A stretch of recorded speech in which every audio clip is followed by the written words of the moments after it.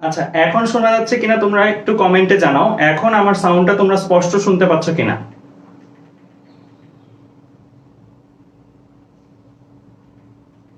আচ্ছা, এখন শোনা যাচ্ছে কিনা তোমরা একটু কমেন্টে জানাও। এখন আমার সাউন্ডটা তোমরা স্পষ্ট শুনতে পাচ্ছ কিনা?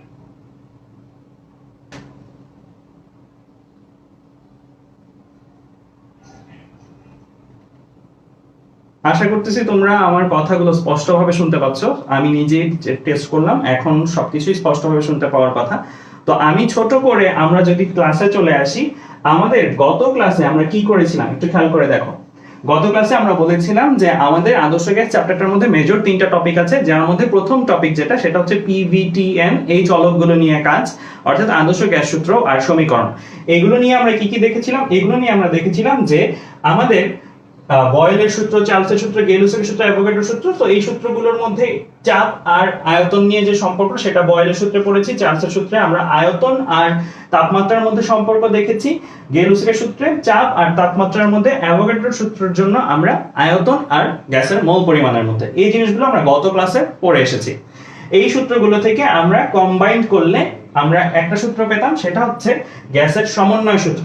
এই সমন্বয় সূত্রে কার কার মধ্যে সম্পর্ক? এটা হচ্ছে চাপ, আয়তন আর তাপমাত্রার মধ্যে সম্পর্ক।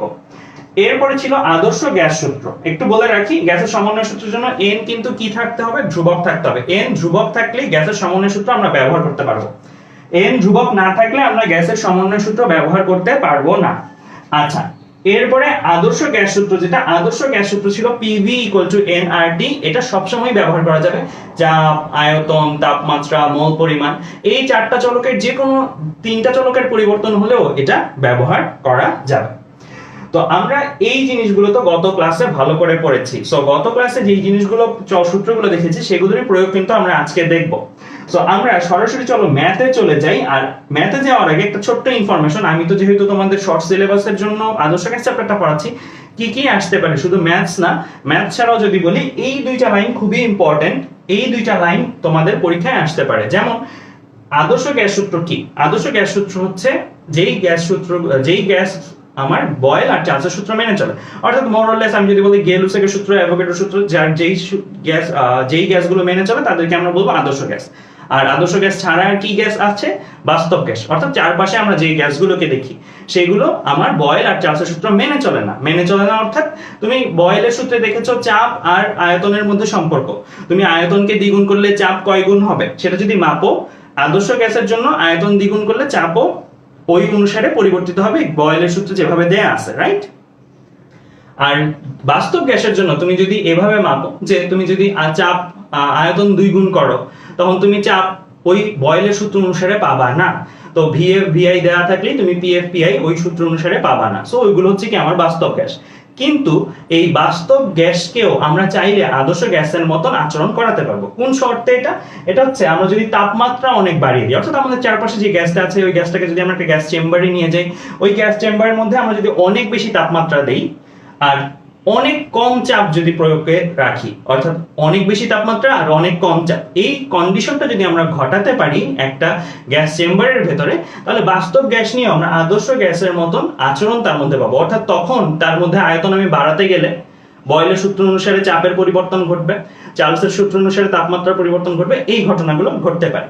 সো আমার এই লাইন দুইটা খুবই ইম্পর্টেন্ট, এগুলো এমসিকিউতে এসে থাকে। সো এই লাইন দুইটা আশা করি তোমরা ভালো করে জানা থাকতে হবে। আচ্ছা, এবার আমরা সরাসরি চলে যাই চলো আমাদের ম্যাথমেটিক্যাল প্রবলেম। সো আমরা গত ক্লাস পর্যন্ত যেই সূত্রগুলো পড়েছি সেই সূত্রগুলো কাজে লাগিয়ে কিছু ম্যাথ করব। একদম শুরুতে গোড়ার একটা ম্যাথ করব, যেটা অ্যাকচুয়ালি তোমরা পড়েছো আমার পড়ানো ইউটিউবের ভিডিওগুলো থেকেই তোমরা আলাদা করে পড়েছো। সো এই জিনিসটা দিয়ে আমি শুরু করি। যেমন এখানে প্রশ্নটা দেয়া আছে কি, কোন গ্যাসের 2 atm চাপে আয়তন যদি 2 লিটার হয়, এর চাপ 30% কমালে এর আয়তনের পরিবর্তন কত হবে জানতে চাওয়া হয়েছে। সো এই ক্ষেত্রে খেয়াল করে দেখো, আমার কাছে একটা চাপের ভ্যালু দেওয়া আছে, আমার কাছে একটা আয়তনের ভ্যালু দেওয়া আছে, আর চাপ পরিবর্তন করলে এর আয়তন কত হবে সেটা জানতে চাওয়া হয়েছে। সো আমরা এটাকে বলতে পারি PI, আদি চাপ যেহেতু, এটাকে বলতে পারি VI, আদি আয়তন যেহেতু, আর এটা আরেকটা চাপ, শেষ চাপ বলতে পারি। শেষ চাপ যদি এটা হয় তাহলে শেষ আয়তনটা কত। সো এই ক্ষেত্রে আমরা দেখতে পাচ্ছি চাপ আর আয়তন ছাড়া অন্য কোনো চলক নিয়ে কথাবার্তা বলা নাই, মাথায় রাখবা। মাথায় রাখবা পরীক্ষা হলে যদি কোনো প্রশ্ন থাকে আর কোনো চলক নিয়ে কোনো আলোকপাত না করা থাকে, কথা বলা না থাকে, যেমন তাপমাত্রা নিয়ে এখানে কোনো কথা বলা নাই, এখানে মোল পরিমাণ নিয়ে কোনো কথা বলা নাই, তাহলে ওই জিনিসগুলোকে বাই ডিফল্ট ধ্রুবক ধরে ফেলবা। ঠিক আছে, সো আমার সূত্র অনুসারে তাহলে কোনটা আসবে? মোল পরিমাণ আর তাপমাত্রা ধ্রুবক, পরিবর্তন এখানে কার কার মধ্যে দেখাচ্ছে? চাপ আর আয়তনের মধ্যে। তাহলে বয়েলের সূত্র, তো বয়েলের সূত্রটা যদি আমি সরাসরি লিখি, তো PI VI equal to PF VF. PI আমার 2 এটিএম, সো 2 এটিএম লিখলাম পিআই। এটাকে আমরা 101325 দিয়ে গুণ দিয়েছি। কেন গুণ দিয়েছি? গত ক্লাসেই আমি দেখিয়েছিলাম চলকটাকে আমার কিসে নিয়ে নিতে হয়? এসআই এককে নিয়ে নিতে হয়। আরো একটা জিনিস গত ক্লাসে আমি বলেছিলাম, সেটা হচ্ছে আমরা কখন প্রয়োজন অনুভব করব যে আমার এসআই এককেই নিতে হবে, যখন অবশ্যই এখানে একটা ধ্রুবক থাকবে। ধরো পিভি ইকুয়াল টু এনআরটি, এই সূত্রটার কথা চিন্তা করো। এই সূত্রটার মধ্যে ক্যাপিটাল আর আছে, অর্থাৎ একটা ধ্রুবক রয়েছে, রাইট? সো এই জিনিসগুলো নিয়ে গতকাল আলোচনা করা হয়েছে। তাহলে এইখানে কিন্তু অ্যাকচুয়ালি আমি যদি পরিবর্তন না করতাম সমস্যা হতো না, যদি এটাও এটিএম এ দেওয়া থাকতো। কিন্তু এখন যেহেতু দুইটা আদি চাপ এক এককে দেওয়া, শেষ চাপ আরেক এককে দেওয়া, সো এই ক্ষেত্রে আমার বেটার দুইটাকে একটা সিঙ্গেল এককে নিয়ে যেতে হবে। এখন তুমি বলতে পারো ভাই দুইটাকে এসআই এককেই কেন নিলেন? এটা সম্পূর্ণ ইচ্ছাধীন ব্যাপার। এমন না যে তুমি এইটাকে এটিএম এ নিয়ে হিসাব করতে পারো না, তুমি শেষ চাপকেও এটিএম এ নিয়ে দুইটা চাপকে এটিএম এ রেখে হিসাব করতে পারো। এই সূত্রগুলোর ক্ষেত্রে এই জিনিসগুলো করা অ্যালাউড, করতে পারবা। But PV equal to nRT এই সূত্রটার মধ্যে কিন্তু তোমরা চাইলেও এটিএম একক ইউজ করতে পারবে না যদি আর এর ভ্যালু এসআই একটা বসাও। ওকে, তাহলে এই সূত্রটার জন্য আমরা ইজিলি দুইটা জিনিসকে একটা সিঙ্গেল এককে নিয়ে নিছি, এতটুকু জাস্ট বোঝার। সো 2 এটিএমটাকে আমরা এক এটিএম সমান সমান 10325 প্যাসকেল, 2 এটিএম হচ্ছে 2 × 101,325 প্যাসকেল, আমি গুণ করে আমি এটাকে প্যাসকেলে নিয়ে নিছি। তাহলে আমার আদি চাপ চলে আসছে 202650 প্যাসকেল, আর শেষ চাপ তো দেওয়াই ছিল। সো আমি পক্ষান্তর করে শেষ আয়তনটা বের করে ফেলছি। সো এই ম্যাথটা কিন্তু আমি একটু দ্রুত করলাম, একটু রাশের মধ্যে পড়লাম, একটু দ্রুত। কেন? কারণ এই ম্যাথটা অ্যাকচুয়ালি আগের ম্যাথ, এন্ড এই ম্যাথগুলো একদম ইজি। সো এই ম্যাথগুলো সাধারণত আসবে না পরীক্ষায়, তাই আমি এটা একটু দ্রুত করিয়ে দেখিয়েছি, কারণ তোমাদের জন্য একটু বেসিকটা ক্লিয়ার হয়। কারণ হয়তো অনেকে ক্লাস করতেছো অনেক দিন পরে, বয়েলের সূত্র একদম মনে নেই, আমার ক্লাসও ছিল গত সপ্তাহে, সো মাঝখানে নাও দেখে থাকতে পারো। তাই এই ম্যাথটা একটা ওয়ার্ম আপ ম্যাথ ছিল, ঠিক আছে? সো আরেকটা ওয়ার্ম আপ ম্যাথ করব, তারপরে আমরা আসলে মেইন ম্যাথে ঢুকে যাব। সো আজকের ক্লাসে কিন্তু তোমরা খাতা কলম ক্যালকুলেটর এগুলো রেখে দাও, এন্ড আমি যেগুলো তুলতে বলবো অবশ্যই সেগুলো তুলবা। আর আমি এতটুকু বলতে পারি আমার অভিজ্ঞতা থেকে যে যেই ম্যাথগুলো আজকে করাবো, এই ম্যাথগুলো থেকে একাডেমিক অ্যাডমিশন বোথ দুই কেসেই তোমাদের অ্যাকচুয়ালি ভালো একটা স্কোর করা সম্ভব হবে। সো এখন এই ম্যাথটা তোলা দরকার নেই, এই ম্যাথটা একদম ওয়ার্ম আপ ম্যাথ, জাস্ট একটু দেখে নাও, খুব ইজি, কিছুই না। আদি চাপ আদি আয়তন দেয়া ছিল, শেষ চাপ দিয়ে শেষ আয়তন জানতে চাওয়া হয়েছে, আমরা বয়েলের সূত্র ব্যবহার করে বের করে ফেলছি। এবার আমরা চলে আসি আমাদের এরপরে যে ম্যাথটা, এটা হচ্ছে পার্সেন্টেজ দিয়ে কমানো বাড়ানো। সো এটাও ওয়ার্ম আপ ম্যাথ। সো এইটাকে আমি বলবো যে একই জিনিস, আগের ম্যাথটার একই জিনিস, খালি এখানে নতুন কি কি ডাটা দেওয়া আছে। এখানে নতুন ডাটা দেওয়া আছে যে চাপ 30% কমালে, এই জায়গাটার মধ্যে আমি একটু তোমাদেরকে ভ্যারিয়েশন দেখাই, এই জিনিসটা কতভাবে কিভাবে আসতে পারে। এই জিনিসটা আমি দেখাই, এই জিনিসটা কতভাবে তোমাকে আলাদা আলাদা ভাবে দিতে পারে এই জায়গাটাতে। সো তোমাকে এরকম বলতে পারে 30% করা হলো, চাপ কমিয়ে 30% করা হলো, এটা একটা বলতে পারে। অথবা এই ম্যাথটার মতন 30% কমানো হলো বা কমালে, এই দুইটা ভাবে কিন্তু তোমাকে এই জিনিসটা দিতে পারে। সো এই দুইটা ভাবে যদি দেয়, তাহলে খেয়াল রাখবা এইটার জন্য যদি তোমরা সলভ করতে যাও, এই জিনিসটার জন্য যদি সলভ করতে চাও, এই জায়গাগুলো ছোট ছোট জিনিস বাট মিস করে ফেলি, কারণ এই ম্যাথটার মধ্যে এছাড়া আর দেখানোর মতো তেমন কিছুই নেই, এতটুকু পোরশন ছাড়া। 30% করা হলো, তাহলে বুঝতে হবে তোমার শেষ চাপটা মানে পিএফ আগের চাপের 30%, দ্যাট মিন্স পিআই এর 30%। সো পিআই এর 30%, দ্যাট মিন্স এটাকে আমরা এইভাবে বলতে পারি, এটা হচ্ছে 0.3 পিআই, 0.3 পিআই। আর 30% কমালে, খেয়াল রাখবা 30% এখানে কি হয়েছে? কমানো হয়েছে। দ্যাট মিন্স এইটার জন্য সিচুয়েশনটা এরকম, পিএফ ইকুয়াল টু পিআই ছিল, পিআই থেকে পিআই এরই 30% কমানো হয়েছে, অর্থাৎ minus 30% PI, minus 30% PI. That means এটা ইভেন্চুয়ালি তুমি যদি পিআই কমন নাও, পিআই যদি কমন নাও, মাথায় রাখবে 30% মানে 0.3 একই কথা, রাইট? সো তুমি যদি পিআই কমন নাও, পিআই কমন নিলে এই জায়গায় থাকবে অ্যাকচুয়ালি 1 মাইনাস 0.3, কারণ 30% আর 0.3 একই কথা। তাহলে এই জায়গা থেকে তুমি অ্যাকচুয়ালি পেয়ে যাচ্ছ কি 0.7 পিআই। সো পিএফ এর আর পিআই এর সম্পর্কটা, এই দুইটা কথা একটু মাথায় রাখবা, এই দুই ভাবে আসতে পারে। সো এই দুই ভাবে যদি আসে তাহলে একটা সময় 0.3 পিআই হয়, একটা সময় 0.7 পিআই হয়। তাই কথাটা একটু কেয়ারফুলি পড়বা। সাধারণত বড় বড় ভর্তি পরীক্ষা বা বোর্ড পরীক্ষা এই জায়গাগুলোতে কিন্তু জিনিসটা এমন হয় না যে কেউ বয়লের সূত্র না পড়ে পরীক্ষা হলে ঢুকতেছে, সবাই বয়লের সূত্র পড়ে পরীক্ষা হলে ঢুকে। তারপর কেউ কেউ ভুল করে, আসলে ভুলগুলো করে এই সিলি জায়গায়। তাই আমি বলবো ফিজিক্সের ক্ষেত্রে ম্যাথ যখন পড়বা, ম্যাথ পড়ার সময় ম্যাথের যে ভাষাটা এটা একটু ভালো করে বোঝার চেষ্টা করবা। তোমার কিন্তু এখানে পার্সেন্টেজ শেখানোর জন্য ফিজিক্সটা পড়াচ্ছে না, রাইট? কিন্তু ফিজিক্সে ম্যাথসে মার্কস পাওয়ার জন্য এই পার্সেন্টেজ বা এই জিনিসগুলো জানা থাকতে হবে, তাহলে কিন্তু আমরা অ্যাকচুয়ালি কি পরিপূর্ণভাবে একটা সলিড মার্কস পেতে পারবো। আচ্ছা, তো এই যে একটা সিম্পল জিনিস ছিল, তেমন কঠিন কিছু না। তাহলে আমাদের এই কেসে কোনটা হবে? আমাদের এই কেসে এই জিনিসটা আমরা ইউজ করব, right? PF equal to 0.7 PI. Okay, তো এবার আমি একটু করে দেখাই।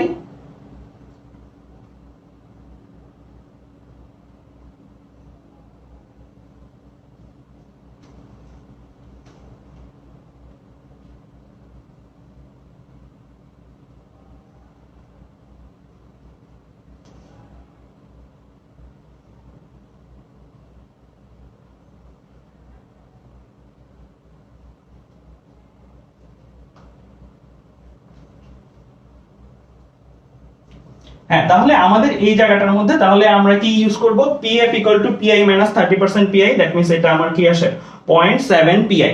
তাহলে এই জায়গাটাও ঠিক আগের মতন, এই ম্যাথগুলো আরো ইজি কম্পারেটিভলি, কারণ এই ক্ষেত্রে কাটাকাটি চলে যায়। সো এই পাশে পিআই, এখানে পিএফ এর জায়গায় 0.7 পিআই আমি বসিয়ে দিছি। বসিয়ে দেওয়ার পরে আমি কাটাকাটি করে ফেলতেছি, কাটাকাটি করে ফেললাম। করে ফেলার পরে আমি অ্যাকচুয়ালি এই জায়গাটার মধ্যে VF equal to VI by something পেয়ে গেছি। ভিআই এর ভ্যালু দেয়া ছিল আমার এখানে 2 লিটার। সো 2 লিটারকে লিটারে রাখলেও কোনো সমস্যা ছিল না, এই ম্যাথে লিটারে থাকলেও কোনো সমস্যা ছিল না, তারপরও আমি মিটার কিউবে নিয়ে গেছি। বাট এটা ভাইবো না যে এই ম্যাথে মিটার কিউবে নিতেই হবে। কেন বুঝলা? কারণ এই ক্ষেত্রে কি কোনো আমরা ধ্রুবক ব্যবহার করছি?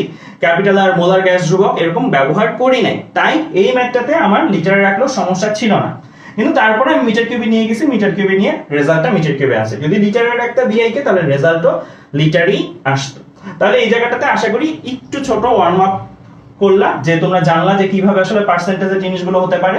আচ্ছা, এবার আমরা চলে আসি আমাদের এরপরে, এটাও বেসিক্যালি সহজ ম্যাথ, বাট এই ম্যাথটার অনেকগুলো ভ্যারিয়েশন সম্ভব। এই ম্যাথটা এখন যেটা করব সেটার অনেকগুলো ভ্যারিয়েশন সম্ভব। আমি মনে করি আমার আজকের ক্লাস যারা যারা করতেছো তারা সবাই এই ম্যাথটা একবার হলেও করছো জীবনে। এই টাইপের ম্যাথ একবার হলেও করছো, কারণ বইয়ের প্রথম দিকেই এই ম্যাথটা থাকে, এন্ড এই ম্যাথটা খুবই ইম্পর্টেন্ট, সববারই আসে এরকম একটা ম্যাথ বলা যায়। বাট এই ম্যাথটার অনেকগুলো ভ্যারিয়েশন থাকে যেগুলো হয়তো অনেক ক্ষেত্রে আমরা পারি না। যেমন এই ম্যাথটা করানোর পরে আমি তোমাদের এই ম্যাথটার মধ্যে কয়টা ভ্যারিয়েশন হতে পারে সেই সবগুলো ম্যাথই করাই দিব। সো এই ম্যাথটা একটু দ্রুত করে দেখে নিব, এই ম্যাথটা তোলা লাগবে না, বাট পরে যে ম্যাথগুলো করবো এগুলো আমি নিজেই বলবো এগুলো তোলো। সো খাতা কলম ক্যালকুলেটর সবগুলো সাথে রাখো। এই ম্যাথটা সরাসরি হয়তো অ্যাডমিশন পরীক্ষায় আসবে না, কারণ এই ম্যাথটা তুলনামূলক সহজ, এটা বোর্ড পরীক্ষা স্ট্যান্ডার্ড। বাট অ্যাডমিশনের জন্য কিন্তু তোমার এই ম্যাথটার বাকি ভ্যারিয়েশন গুলো কাজে লাগবে, আমি যেটা আজকের ক্লাসে একটু পরে দেখাচ্ছি। আচ্ছা, সো এই ম্যাথটাতে কি বলছে একটু ছোট করে দেখে নিই। বলছে কোন হ্রদের তলদেশ হতে একটি বায়ু বুদবুদ উপরে তলে উঠে আসার সময় এর আয়তন পূর্বের 6 গুণ হলে হ্রদের গভীরতা কত? খুবই সিম্পল ম্যাথ। একটা হ্রদ আমরা দেখতে পাইতেছি এখানে, হ্রদের নিচে মানে নিচের দিকে কি আছে? হ্রদের নিচের দিকে একটা বায়ু বুদবুদ আছে। এই বায়ু বুদবুদটা যেহেতু আমরা জানি বায়ুর ঘনত্ব তুলনামূলক কি হয়, পানির ঘনত্বের চেয়ে কম হয়, আর ঘনত্ব যদি কম হয় তাহলে সেটা কি উপরে উঠে যাবে, সেটা তো আর নিচে ডুবে থাকবে না, তাই না? তোমরা ডোবা ভাষার শর্ত পড়েছিলা 9-10 এ। সো এটা অবভিয়াস রিজনই উপরে উঠে যাবে। এখন উপরে ওঠার সময় কি হচ্ছে? পানি আমরা জানি যত গভীরে যাব তত বেশি চাপ প্রয়োগ করবে, এন্ড পানির এই চাপটা কিন্তু চারিদিকে সমানভাবে প্রযুক্ত হয়। এটা কিন্তু অনেকে মিস করে। এই জায়গাটাতে যদিও তোমাদের ম্যাথ করতে এত কিছু লাগে না, তারপর আমি একটা বেসিক দেখাই দিই তোমাদেরকে। এখানে ধরো সাপোজ এই জায়গাটাতে আমি যখন আসি, এই জায়গাটাতে আবার এই জায়গাটাতে এই তিনটা ডট আমি দিলাম কালো কালার দিয়ে, তিনটা ডট আমি দিছি কালো কালার দিয়ে, এই জায়গায় একটা দিছি, এই জায়গায় একটা দিছি, এই জায়গায় একটা দিছি। এই তিনটা পজিশনে যদি তুমি চিন্তা করো যে একটা মানুষ যাবে, তাহলে একটা মানুষ যখন এই পজিশনে থাকবে তখন সে চারপাশ থেকে পানির যে চাপ ফিল করবে, সেটার ভ্যালুর চেয়ে এইখানে সে যখন যাবে সে চারপাশ থেকে যে চাপ ফিল করবে সেটার ভ্যালু তুলনামূলক বেশি, আবার এইখানে সে যখন যাবে তখন চারপাশ থেকে তুলনামূলক চাপের ভ্যালুটা বেশি। তো এই ক্ষেত্রে একটু বলে রাখি, এই চাপটা কিন্তু উপর থেকে নিচে যে চাপ দিচ্ছে তা না, এটা কিন্তু এই জায়গা থেকেও এই জায়গা থেকেও এই জায়গা থেকেও সব দিক থেকে সমানভাবে কি হয়, চাপটা প্রযুক্ত হয়। সব দিক থেকে সমানভাবে কি হবে, চাপটা প্রযুক্ত হবে। যদি সব দিক দিয়ে সমানভাবে চাপটা প্রযুক্ত না হতো তাহলে কি হতো, দেখা যেত যে বায়ু বুদবুদের সাইজ আর বায়ু বুদবুদের মতো না, এটা অন্যরকম সাইজের হয়ে গেছে, তাই না? সো একদিক দিয়ে এদিক দিয়ে চাপ আছে, এদিক দিয়ে চাপ নেই, তাহলে কি বায়ু বুদবুদ এই দিকে চলে যেত, ঠিক আছে? সো এইটা একটু খেয়াল রাখতে হবে যে আমাদের যে তরলের মধ্যে যে কোনো একটা গভীরতায় যে কোনো একটা পয়েন্টে চাপ কিন্তু চারো দিক থেকে প্রযুক্ত হয়, আর ওই চাপের ভ্যালুটা ডিপেন্ড করে কার উপরে, হাইটের উপরে। যেই ভ্যালুটা তোমরা অ্যাকচুয়ালি 9-10 পড়ছো, এই হাইটটা উপর থেকে কাউন্ট করবো আমরা। এটা কোথা থেকে কাউন্ট করবো, এটা উপর থেকে কাউন্ট করবো, এটা কিন্তু নিচে থেকে কাউন্ট করবো না। মানে এটা ধরো উপরিতল, এই জায়গা থেকে হাইটটা নিচের দিকে কাউন্ট করা হয়েছে, ঠিক আছে? নিচে থেকে কাউন্ট করবো না। তো এই পয়েন্টটাতে যে চাপের ভ্যালু, যেই প্রেসারের ভ্যালু, এই যে কোনো কিছু থাকুক না কেন সেটার উপরেই এই পয়েন্টে যে প্রেসারের ভ্যালু, সেই প্রেসারের ভ্যালুটা আমরা পড়ে এসেছি এইচ রো জি, তাই না? 9-10 এর পড়া আমরা পড়ে এসেছি। এইচ হচ্ছে উপর থেকে মাপা হাইট তরলের উপরিতল থেকে, আর রো হচ্ছে ঘনত্ব, তরলের ঘনত্বটা, আর জি হচ্ছে কি অভিকর্ষজ ত্বরণ। এই ক্ষেত্রে একটু বলে রাখি, সবসময় আমাদের ক্ষেত্রে প্রশ্নগুলোতে সাধারণত এরকম থাকে যে হ্রদের তলদেশ থেকে বায়ু বুদবুদ উপরে উঠে যাচ্ছে, কিন্তু কোন ম্যাথে এরকমও দিয়ে দিতে পারে একটা সিনারিও। ধরো সাপোজ আমি এই ম্যাথটাকে যদি নতুন করে একটা জিনিস দেখাইতে চাই, সাপোজ ধরো এই জায়গাটাতে তোমাকে সাপোজ এই জায়গায় একটা বক্স দিয়ে দিছে, একটা বক্স। এই বক্সে ধরো সাপোজ একটা মাছ আছে, এই বক্সের এই উপরে একটা মাছ বসছে, এন্ড মাছের মুখ থেকে একটা বায়ু বুদবুদ তৈরি হয়েছে, এই বায়ু বুদবুদটা এই উপরে উঠে আসছে এন্ড তার সাইজ বড় হয়েছে, তাহলে কিন্তু খেয়াল রাখতে হবে, আমি যখন হাইটটা কাউন্ট করব, এই হাইটটা কিন্তু আমার উপর থেকে মাপা হাইট হবে, মানে আমি যখন এই বাবলের উপরে, এই জায়গায় থাকা বাবলটা যখন সৃষ্টি হয়েছে, এই বাবলের উপরে আমি প্রেসার ক্যালকুলেট করব, তখন উপর থেকে যে হাইটটা সেটা নিয়ে কিন্তু কাজ করব, অর্থাৎ এই পয়েন্টে যে বাবলটা থাকবে সেটার ভ্যালুটা তখন, প্রেসারের ভ্যালুটা তখন কত, এইচ রো জি, যেখানে এইচ হচ্ছে কি উপর থেকে মাপা এই হাইটটা। সো এই বেসিক গুলো কাজে লাগতে পারে, ম্যাথটা অনেক ভাবে ঘুরায় দেওয়া সম্ভব, তোমরা নিজেরাই যদি থিঙ্ক করো। এখানে একটা সিনারিও দিয়ে দিল, একটা মাছ দিয়ে দিল, বা যে কোনো একটা জিনিস দিয়ে দিল, বললো যে মাছটা ভূমি থেকে কত উপরে অবস্থান করতেছে, তখন কিন্তু এইচ বের করলেই এইচটাই অ্যান্সার না, বরং হ্রদের গভীরতা যেটা সেটা থেকে মাইনাস দিয়ে এইটা হবে অ্যান্সার। সো অনেক ক্ষেত্রেই এরকম টাইপের ম্যাথ দিলে তোমরা কিন্তু ট্রেডিশনালি যেভাবে করো সেভাবে চিন্তা করেই করে ফেলো। যদিও এই 9-10 এর বেসিকটা তোমাদের জানা, আবার হ্রদের গভীরতার আয়তনের বৃদ্ধি হ্রাসের বেসিকটাও কিন্তু তোমাদের জানা বয়েলের সূত্র থেকে, বাট এই সিম্পল জিনিসগুলো যদি ভিজুয়ালাইজ না করতে পারি যে আসলে হাইটটা কোথা থেকে মাপবো, তাহলে কিন্তু আমরা হয়তো বেশিরভাগ ছাত্রছাত্রীরাই যে এইচটা হিসাব করে পাবো সেই এইচটাকে অ্যান্সার হিসেবে দিয়ে দিব। সো এই জায়গাগুলো একটু কেয়ারফুল, আমরা যখন চাপ নিব তখন উপর থেকে মাপা হাইটটা কি হাইট বলবো। প্রশ্নে ওইটাও জানতে যেতে পারে, বা প্রশ্নে এরকমও জানতে যেতে পারে যে মাছটা ভূমি থেকে কত উপরে অবস্থান করতেছিল। সো তখন এইচ বের করবা, পুরো গভীরতাটা দেওয়া থাকবে, বিয়োগ করে অ্যান্সারটা বের করবো। সো যাই হোক, আমি এই ম্যাথটা করানোর আগে এই ম্যাথটার কিছু ভ্যারিয়েশন নিয়ে অল্প অল্প করে কথা বলছি, এগুলো সামনে আমরা দেখতেছি। ওকে, তো আমরা এই ম্যাথটাতে চলে যাই। এটা একদম ইজি ম্যাথ। এখানে বলা আছে হ্রদের তলদেশে একটা বায়ু বুদবুদ ছিল, যেটা উপরে ওঠার সময় আয়তন পূর্বের 6 গুণ হয়ে গেছে। অর্থাৎ এখন যেই আয়তনটা আছে, খেয়াল রাখবা নিচে থাকা অবস্থায় যে আয়তনটা আছে এটাকে আমরা একটা আয়তন ধরে নিব, সাপোজ এটা আমার ভিআই। উপরে সে যখন যাবে আয়তনটা বড় হয়ে যাবে। সো চলো আমরা দেখে নিই সিনারিওটা কিভাবে আসলে আয়তনটা বড় হয়ে যায়। তো আমরা দেখতেছি যে সে উপরে উঠছে, বায়ু বুদবুদটা উপরে ওঠার পরে তার আয়তনটা কি হয়ে গেছে, বড় হয়ে গেছে, 6 গুণ হয়ে গেছে। এরকম 6 গুণ হয়ে গেছে। ওকে, তাহলে আদি অবস্থায় চাপটাকে আমি পিআই আর আয়তনটাকে ভিআই বললাম, শেষ অবস্থায় চাপটাকে আমি পিএফ আর আয়তনটাকে আমি ভিএফ বললাম। So PI VI, PF VF. শর্ত দেয়া আছে শেষ আয়তন অর্থাৎ ভিএফ আগের কত গুণ, 6 গুণ। সো ম্যাথটা আমার প্রশ্নে যদি ফিগার দেওয়া থাকুক বা না থাকুক, আমাদের এই ফিগারটা একটু ইমাজিন করে নিতে হবে। এটা খুবই কাজে লাগবে কি একটু পরে যে ম্যাথটা করবো সেই জায়গাগুলোতে। সো আমি এই সহজ ম্যাথটার উপরে বেশি আলোচনা করতেছি এর জন্য যে ফিগারটা বুঝতে হবে। ফিগার যদি প্রশ্নে নাও দেওয়া থাকে, নিজের দরকারে এঁকে নিতে হবে, নিজের জন্য, পরীক্ষায় মার্কসের জন্য না। পরীক্ষায় মার্কস তারা ক্যালকুলেশন দেখিয়ে দিয়ে দিবে, বাট তুমি নিজে বুঝলা কিনা সেটার জন্য কিন্তু ফিগার সম্বন্ধে আইডিয়া থাকতে হবে। সো এই যে আদি অবস্থায় চাপ, আদি অবস্থায় আয়তন, শেষ অবস্থায় চাপ, শেষ অবস্থায় আয়তন, আমাদের খালি দেওয়া আছে শেষ আয়তন আর আদি আয়তনের মধ্যে একটা সম্পর্ক বলা আছে, শেষ আয়তনটা আদি আয়তনের 6 গুণ হবে। এখন এই জায়গা থেকে কিছু কমন সেন্স আমাদের অ্যাপ্লাই করতে হবে। যখন বায়ু বুদবুদটা উপরিতলে উপরে উঠে আসছে তখন তার উপরে চাপ প্রয়োগ করতেছে, তার উপরে চাপ প্রয়োগ করতেছে বায়ু, তার উপরে চাপ প্রয়োগ করতেছে বায়ু। এখানে খেয়াল রাখবা, তুমি বলতে পারো ভাইয়া পানি তো এই জায়গা থেকে চাপ প্রয়োগ করতেছে, অ্যাকচুয়ালি এই জিনিসটা আরো উপরে আছে, আমি জাস্ট দেখানোর জন্য এই জায়গায় দেখাইছি। এই জিনিসটা একদম মানে বের হয়ে গেছে পানি থেকে, অলমোস্ট বের হয়ে গেছে, মানে বের হওয়ার মুহূর্তে। সো আমার এটার উপরে তখন চাপ প্রয়োগ করার একমাত্র প্লেয়ারকে বায়ু, আর এটার উপরে চাপ প্রয়োগ করতেছে কি, উপরের বায়ুও আছে আবার এই পানিটাও আছে। আমি বলছি এক একটা গভীরতায় পানি এক এক রকমের চাপ প্রয়োগ করে। এই জায়গায় সে যেহেতু আছে একটা নির্দিষ্ট গভীরতায় আছে, তো তার উপরে একটা চাপ প্রয়োগ করছে, যেহেতু সে একদম গভীরে তলদেশে আছে, তার মানে তার উপর চাপ প্রয়োগ করছে পুরো হ্রদের গভীরতার পানিটাই, পুরো হ্রদের গভীরতার পানিটাই। তাহলে আমরা এই জায়গা থেকে ফর্মুলা দিতে পারি, আমরা বলতে পারি পিএফ, অর্থাৎ এই অবস্থায় খেয়াল রাখবে এটা হচ্ছে পিএফ শেষ চাপ, পিএফ এটা শেষ চাপ। এই অবস্থায় বায়ুমণ্ডলের চাপ, বায়ুমণ্ডলের চাপ আমাদেরকে দেয়া থাকবে না পরীক্ষায়, দেওয়া থাকতেও পারে মাঝে মাঝে, যদি দেয়া না থাকে তাহলে 101325 প্যাসকেল ইউজ করব, আর যদি দেয়া থাকে 10⁵ প্যাসকেল দেওয়া থাকতে পারে, যেটা দেওয়া থাকবে সেটা ইউজ করব। ওকে, এটা হচ্ছে বায়ুমণ্ডলের চাপ। এখন এই অবস্থায় চাপটা যেটা, এই অবস্থায় চাপের মধ্যে দুইটা জিনিস আছে, বায়ুমণ্ডলের চাপ আছে, পানির চাপ আছে। আমি লিখলাম বায়ুমণ্ডলের চাপ, পানির চাপ। বায়ুমণ্ডলের চাপটা তো মুখস্থ থাকবে, অর পরীক্ষায় দেওয়া থাকবে 101325 প্যাসকেল। আর পানির চাপ কত, পানির চাপ হচ্ছে হাইটের উপর ডিপেন্ডেন্ট। সো এটাতে অ্যানিমেশন করেই দেখাই দিই আমি। আমাদের এখানে তাহলে কি লিখলাম, যে দেখো 101325 প্লাস h রো জি, 101325 আসছে কোথা থেকে, বায়ুমণ্ডলের চাপ থেকে।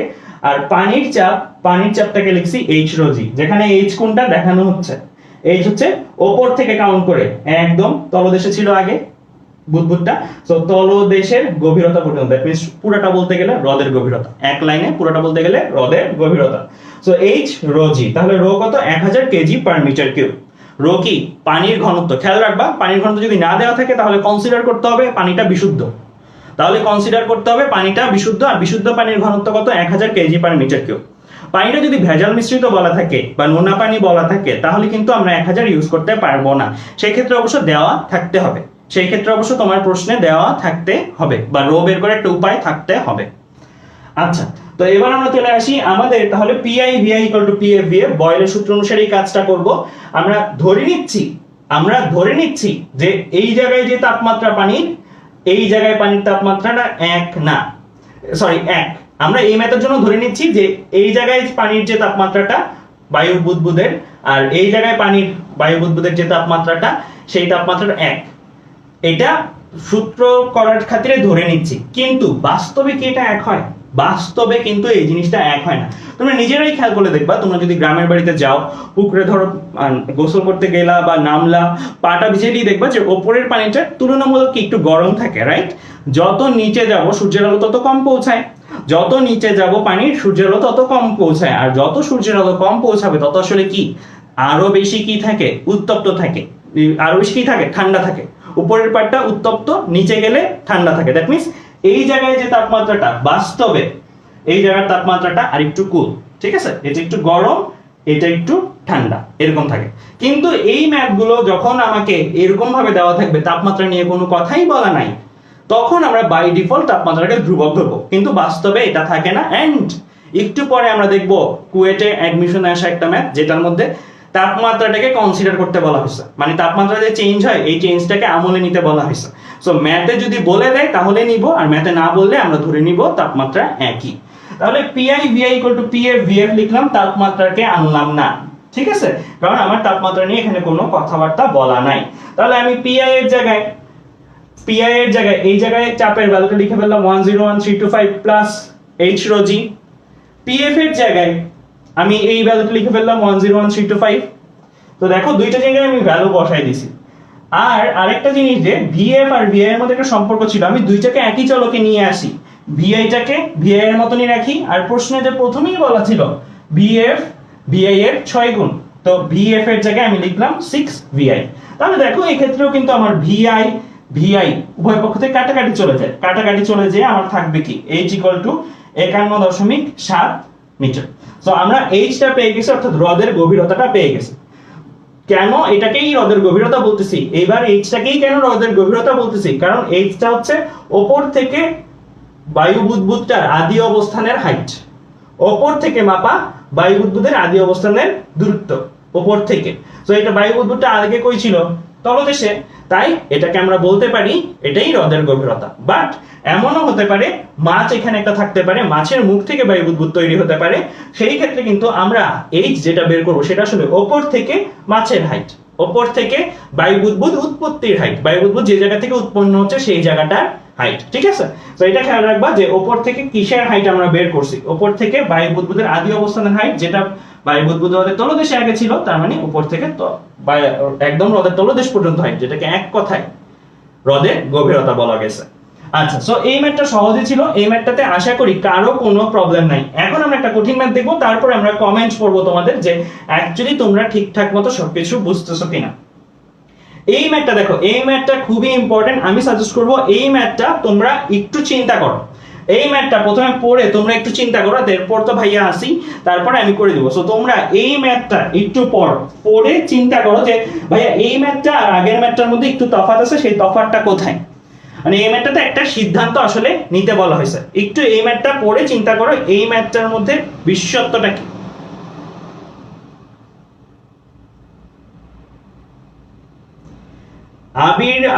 আবিদ আহমেদ লিখছে ভাইয়া বুদবুদ যদি মাঝখান থেকে উঠতো তাহলে মাঝখান থেকে উঠতে পারতো। নরমালি কি তো এটা নিয়ম না যে বুদবুদ মানেই তলদেশ থেকে উঠবে, বুদবুদ কিন্তু যে কোনো হাইট থেকে উৎপন্ন হতে পারে না, যে কোনো হাইট থেকে উৎপন্ন হতে পারে। খেয়াল রাখবা যেখান থেকে উৎপন্ন হয়েছে উপরিতল থেকে সেই পর্যন্ত হাইটটাই হচ্ছে এইচ, এইচ রোজির এইচটা হচ্ছে উপরিতল থেকে যে জায়গা থেকে উৎপন্ন হয়েছে সেই হাইটটা। ওকে,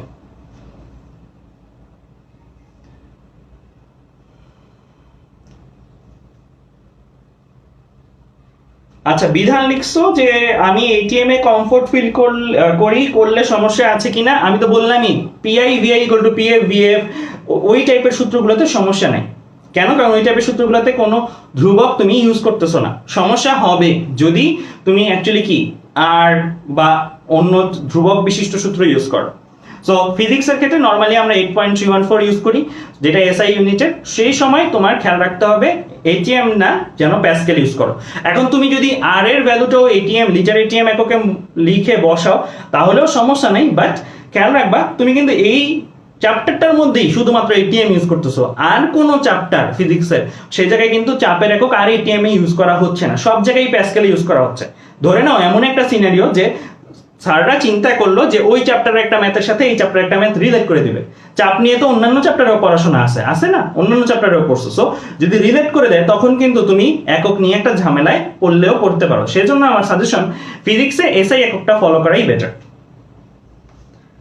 আচ্ছা, সো এই ম্যাথটাও কিন্তু খুব আহামরি কঠিন না, এর পরের ম্যাথটা একটু কঠিন হবে। সো এই ম্যাথটাও কিন্তু অ্যাকচুয়ালি একই রকমই, জাস্ট আগের ম্যাথটাতে আমরা এইচ বের করছি, আগের ম্যাথটাতে আমরা এইচ বের করছি, হাইট বের করছি।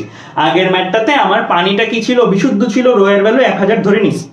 এই ম্যাথটাতে আমাকে বলে দেওয়া আছে কোন হ্রদের তলদেশ থেকে পানির উপরিতলে আসার ফলে বায়ু বুদবুদ আয়তনে দ্বিগুণ হয়ে গেছে। আগের ম্যাথের মতন, আগে 6 গুণ এখন 2 গুণ, একই কথা।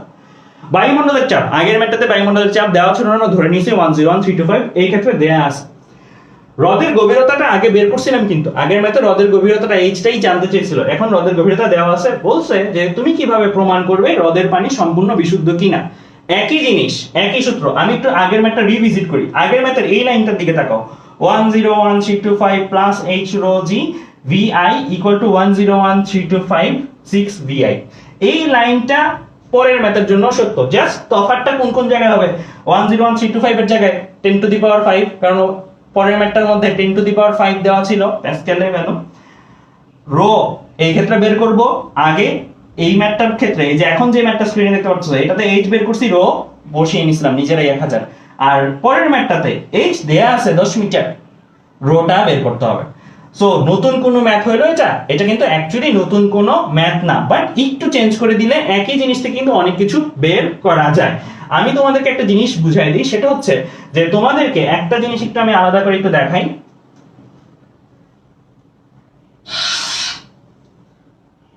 এই যে 101,325, এই যে 101,325 প্লাস এইচ রো জি, এই যে জিনিসটা দেয়া আছে, হ্যাঁ, এই জায়গাটা থেকে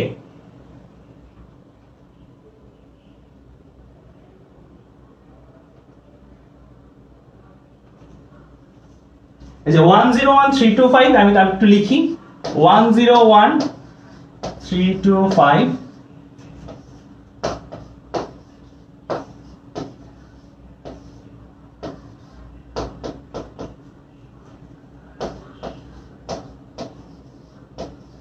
একটা লাইনের মধ্যে আমি তোমাদেরকে অসংখ্য ম্যাথ করায় দেওয়ার চেষ্টা করছি, একটা ট্রিক শিখাই দিচ্ছি আসলে কিভাবে একটা ম্যাথের ভিতরে তুমি অনেকগুলো ম্যাথ একসাথে করতে পারো। সো এই জায়গাটার মধ্যে খেয়াল রাখো আমাদের কি কি জায়গায় প্রশ্নে আসলে চেঞ্জ করতে পারো। এটা আমাদের প্রথম ম্যাথটা, তাই না? সো এই প্রথম ম্যাথটাতে 6 গুণ বলা ছিল। সো 6 গুণ বলা ছিল বলেই আমি অ্যাকচুয়ালি কি করছি, 6 গুণ বলা ছিল বলেই আমি 6 গুণ বলা ছিল বলেই আমি এই জায়গায় 6 লিখছি। যদি প্রশ্নে দ্বিগুণ বলা থাকে তাহলে এখানে 6 এর জায়গায় কি লিখতাম, এখানে 6 এর জায়গায় জাস্ট আমি লিখে দিতাম 2। দ্বিগুণ বলা থাকলে 2, তিন গুণ বলা থাকলে এখানে 3। ঠিক আছে? সো তোমরা যখন ভার্সিটি অ্যাডমিশন টেস্ট বা তোমরা যখন যেই জায়গায় ক্যালকুলেটর নাই বা যেই জায়গায় খুব দ্রুত এমসিকিউ করতে হবে তখন কিন্তু এই লাইনটাকে একটা টেমপ্লেট লাইন হিসেবে মনে রাখতে পারো। আমি একটা কথা বলি, আমি যখন ইঞ্জিনিয়ারিং অ্যাডমিশন টেস্টের জন্য প্রিপারেশন নিচ্ছিলাম তখন আমাকে আমার স্যার একটা কথা বলছিল, সেটা হচ্ছে যে মনে করবা সূত্রের প্রতিপাদনের প্রত্যেকটা লাইনই এক একটা সূত্র, এন্ড ম্যাথ করার ক্ষেত্রে ম্যাথ সলভ করার প্রত্যেকটা লাইনে এক একটা সূত্র। যদি তুমি এইভাবে জিনিসগুলোকে তোমার মধ্যে চর্চা করে আয়ত্ত করে ফেলতে পারো, যে তুমি অ্যাকচুয়ালি ফার্স্ট লাইন না লিখে সেকেন্ড থার্ড লাইনে জাম্প করতে পারো, প্র্যাকটিস করতে পারো, আমি সেটা প্রথমেই জাম্প করার চেষ্টা করবা, প্র্যাকটিস করতে করতে করতে পারো, তখন তোমার অ্যাকচুয়ালি ক্যালকুলেশন স্পিডটা হবে ফাস্টার। তখনই তুমি অ্যাকচুয়ালি বুয়েট অ্যাডমিশন টেস্ট যেখানে হচ্ছে 3 মিনিটে একটা বড় ম্যাথ সলভ করতে হয় সেই জিনিসগুলো দ্রুত করতে হবে। সো আমি তোমাদেরকে ওই জিনিসটা একটু দেখায় দেওয়ার চেষ্টা করতেছি। ধরো এই লাইনটাকে বেস করে, ধরো এই লাইনটাকে ভালো করে মাথায় রাখো। এই লাইনটাও কিভাবে আসছে এটাও যদি বলে দিই, এটাও তোমরা জানো PI VI equal to PF VF। So এই জায়গা থেকে এই লাইনটা আসছে, রাইট? সো এই ক্ষেত্রে কি কি জিনিস চেঞ্জ করতে পারে ম্যাথে, পসিবল কি কি, মানে কয়টা টাইপের প্রশ্ন হতে পারে। আমি তো ম্যাথ করতেছি 10টা 20টা 30টা ম্যাথ করতেছি, ম্যাথ তো 100 রকমের বানানো যাবে। বাট তুমি যদি আগে ক্যাটাগরাইজ করে ফেলতে পারো কয়টা টাইপের ম্যাথ বানানো যেতে পারে এই কনসেপ্টটা থেকে বুদ্ধ থেকে, তাহলে কিন্তু তুমি অ্যাকচুয়ালি কি যে কোনো টাইপের প্রবলেমই দেখ না কেন তোমার কাছে এটা আগেই কি আছে, সলভ করা আছে বলতে ওই সিস্টেমটা তুমি আগেই চিন্তা করে রাখছো মাথায়। যেমন এই ক্ষেত্রে চেঞ্জ আসতে পারে কিসে কিসে, চেঞ্জ আসতে পারে এই জায়গায়, এটা খুব মাইনর চেঞ্জ, বায়ুমণ্ডলের চাপ, যেটা বায়ুমণ্ডলের চাপ এটা 101325 হতে পারে, অথবা প্রশ্নে এটা 10⁵ দেওয়া থাকতে পারে। এইখানে আসি, এইটা ইম্পর্টেন্ট, এই জায়গাটার মধ্যে চলকগুলা ইম্পর্টেন্ট। চলক যতটা মাথায় রাখবে প্রশ্ন করা যেতে পারে ততটা, চলক যতটা মাথায় রাখবে প্রশ্ন করা যেতে পারে ততটা। এইচ তোমাকে জানতে চাইতে পারে, একটা প্রশ্ন হয়ে গেল, যেটা আমরা প্রথমে ম্যাথটাতে করছিলাম, একটা প্রশ্ন যে এইচ জানতে চাইছে। সেকেন্ড ম্যাথটাতে কি জানতে চাইছে, রো জানতে চাইছে, সেকেন্ড প্রশ্ন। আরেকটা ম্যাথে কি জানতে পারে, জি জানতে যেতে পারে, জি জানতে যেতে পারে না।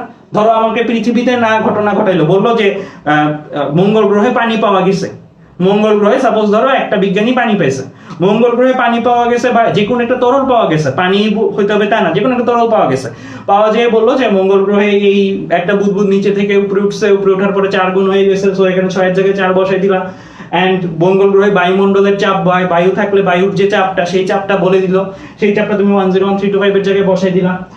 এন্ড তোমাকে জি বের করতে বললো, বের করতে পারবা না, বের করতে পারবা। সো মঙ্গল গ্রহের অভিকর্ষজ ত্বরণ বের করতে বললো। মনে হবে যে তুমি পড়ছো গ্যাস চ্যাপ্টার থেকে তোমাকে জানতে চাইছে মহাকর্ষ অভিকর্ষ চ্যাপ্টারের মতন অভিকর্ষজ ত্বরণ জানতে চাইতেই পারে। সো যে কোনো জায়গায় কিন্তু ম্যাথ হতে পারে। তার মানে আমি তোমাকে এই তিনটার জায়গায় রাউন্ড করে এটাই বুঝাইলাম, এখানে চলক দেখতেছি কয়টা, তিনটা চলক। দ্যাট মিন্স এই জায়গা থেকে প্রবাবল মেইন প্রশ্ন হইতে পারে তিনটা, প্রবাবল মেইন প্রশ্ন হইতে পারে তিনটা। এটা শুধুমাত্র আমি একটা ম্যাথ দিয়ে তোমাদেরকে বোঝানোর চেষ্টা করছি, বাট এরকম অসংখ্য ম্যাথ তোমরা করার সময় তোমরা নিজেরাই চিন্তা করবে এখানে চলক কয়টা, চলক এতটা, তার মানে প্রশ্ন হইতে পারে এতটা। এখন প্রশ্নগুলো কেমন হইতে পারে, একটা ঢাইকে চিন্তা করবা। আচ্ছা আমি একটা প্রশ্ন বানাই, এত ঘনত্ব বিশিষ্ট একটি তরলের মধ্যে এত আয়তনের বুদবুদ উপরিতলে আসার ফলে তার আয়তন এত গুণ হয়ে গেছে, তাহলে ওই তরলের গভীরতা কত, বা ওই হ্রদের গভীরতা কত, এরকম টাইপের প্রশ্ন কিন্তু তোমরা অহরহ বানাইতে পারবা।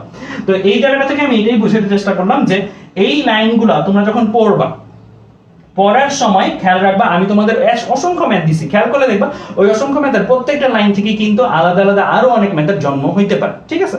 তো এই জন্ম হওয়াটা তোমরাই চিন্তা করবা, তাহলে তোমাদের অ্যাকচুয়ালি কি ভবিষ্যতে যে কোনো আননোন প্রবলেম আসলো তোমার কাছে এটা নোন, তুমি সরাসরি ওই ম্যাথটা তো করতে হবে না, তুমি ওই ম্যাথটার প্রসেসটা চিন্তা করলা, এই জানতে যেতে পারে, রো জানতে পারে, জি জানতে পেতে পারে, এর বাইরে এই জায়গা থেকে আর কোনো প্রশ্ন কি সম্ভব? সম্ভব না। সম্ভব হবে যদি এমন করে দেয় স্যাররা যে জিটাকে সরাসরি না দিয়ে জিটাকে ধর একটা অন্য প্রসেস দিয়ে দিল।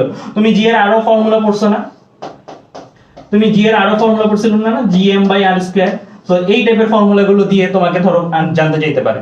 সো এরকম এমন বলতে পারে যে এই ম্যাথটার এইচ দেওয়া আছে, রো দেওয়া আছে, সব দেওয়া আছে, এই ম্যাথটা থেকে জি আসবে। স্যার প্রশ্নটা সেট করছে এইভাবে যে আমার যে ছাত্র সে করার সময় এই ফর্মুলা থেকে জি আনবে, এই জিটাকে এই জায়গায় বসাবে, এই জায়গায় বসানোর পরে সে মঙ্গল গ্রহের ভর বা অমুক গ্রহের ভর বের করবে। এটার মান তো মুখস্থ, এটার মান তো আমি দিয়ে দিব না, এটা ছাত্রের জানা থাকতে হবে। আর অমুক গ্রহের ব্যাসার্ধ স্যার দিয়ে দিবে। সো দেখো একটা জিনিস দিয়ে কিন্তু অসংখ্য ম্যাথ অ্যাকচুয়ালি তৈরি করা যায়। আবার এই ভরটা দিয়েও তোমাকে আরো অন্যান্য জিনিসও নিয়ে যেতে পারে। সো ফিজিক্সের যে প্রবলেমগুলা এইগুলাকে আমি সাজেস্ট করি এইভাবে পড়াশোনা করতে। খাতা নিবা, একটা খাতায় তুমি ম্যাথ ভাষা দিয়ে এরকম করে লেখা দরকার নেই, ছোট ছোট করে এরকম করে করে লিখবা। আচ্ছা একটা সূত্র লিখলা, লেখার পরে ওই সূত্রের বিভিন্ন চলক নিয়ে চিন্তা করবা, এই চলকটা কোথা থেকে আসছে? এই চলকটা 9-10 থেকে আসছে, 9-10 এই চলকটা দিয়ে পড়ছিলা এরকম P = H rho g। তো কানেকশন করে দিছে না? এটাতে কানেকশন করে দিছে। এই H দিয়ে কত কিছু করা যায়। এই হাইট কত জায়গায় পড়ছো, বললো যে যত হাইটের গভীরতা ওই উক্ত হাইট বিশিষ্ট একটি বাড়ি বানানো হলো, ওই বাড়ির ছাদ থেকে একটি বলকে ছেড়ে দিলে ওই বলটি কত সময় পরে মাটিতে পড়বে। মিলাই ফেললাম আমি আদর্শ গ্যাসের সাথে গতিবিদ্যা অধ্যায়টাকে। সো এরকম টাইপের চিন্তা ভাবনা যদি করতে পারো তাহলে দেখবা ফিজিক্সের প্রত্যেকটা অধ্যায়ই নিজেদের মধ্যে কানেকশন করা যায়। এন্ড ওই কানেকশনগুলো যখন তুমি নিজে করতে পারো তখন অ্যাকচুয়ালি কি তোমার কাছে এটা ফিজিক্সটা একটা প্লেজার লাগবে, মানে আনন্দদায়ক লাগবে ফিজিক্সটা, যে আসলে ওয়ার্ল্ডটা কানেক্টেড এন্ড কনসেপ্টগুলো কানেক্টেড এন্ড আমি আমার চারপাশে যা ঘটতেছে সেগুলো নিয়েই পড়তেছি। ফিজিক্সটা হচ্ছে তোমার চারপাশে যে ফেনোমিনা সেটারই একটা স্টাডি, ঠিক আছে? সো এর জন্য আমার সাজেশন থাকবে এই ম্যাথগুলো যখন করবা, এই চিন্তা ভাবনাগুলো যখন করবা এইভাবে করবা, ঠিক আছে? সো এইভাবে করলে তোমাদের জন্য এই জিনিসগুলো ইজি আছে। এটার সাথে এটার কানেকশন, তো এটার সাথে এটার কানেকশন ঘটাই দিতে পারে। সো বিভিন্ন ভাবে আবার এটা থেকে এটা বের করবা, এটা থেকে আবার আরেকটা জিনিস কানেকশন ঘটাই দিতে পারে, প্লাসের সাথে চলে যেতে পারে। সো বিভিন্ন কিছু আসলে হওয়া সম্ভব ফিজিক্সে। এন্ড জিনিসগুলো খুবই ইন্টারেস্টিং, মজার। তুমি সূত্রগুলো নিয়ে পাশাপাশি লিখে রাখলে চিন্তাগুলো অটোমেটিক চলে আসবে। আচ্ছা ওকে, এবার আমরা চলে যাই আমাদের এই ম্যাথটাতে। এই ম্যাথটা আশা করি তোমাদের সবারই পারা উচিত, কঠিন কিছু না। সো আমি এটা একটু দ্রুত করে যাই। সো এখানে একই জিনিস লিখলাম, PF plus H rho g into V PF into 2V। PF এর জায়গায় 10⁵ বসাই দিছি, 10⁵ PF বা P2 যেটা 10⁵ বসাই দিয়ে আমি রো বের করছি। রো এর ভ্যালু আমার আসছে কত?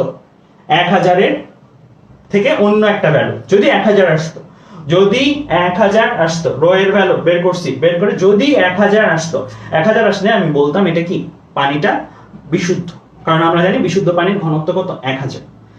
আর যেহেতু এটা 1000 আসে নাই, 1020.4 আসছে, তাহলে আমরা বলবো বিশুদ্ধ পানির ঘনত্ব এত, অর্থাৎ পানিটা বিশুদ্ধ না। খুব সিম্পল কনসেপ্ট, তেমন কঠিন কিছু না। এবার আমরা যে ম্যাথটা করব, এই ম্যাথটা কোয়াইট ইন্টারেস্টিং। এই ম্যাথটার জন্য আমাদের এই জিনিসটা কাজে লাগবে। এই ম্যাথটার জন্য আমাদের এই জিনিসটা কাজে লাগবে।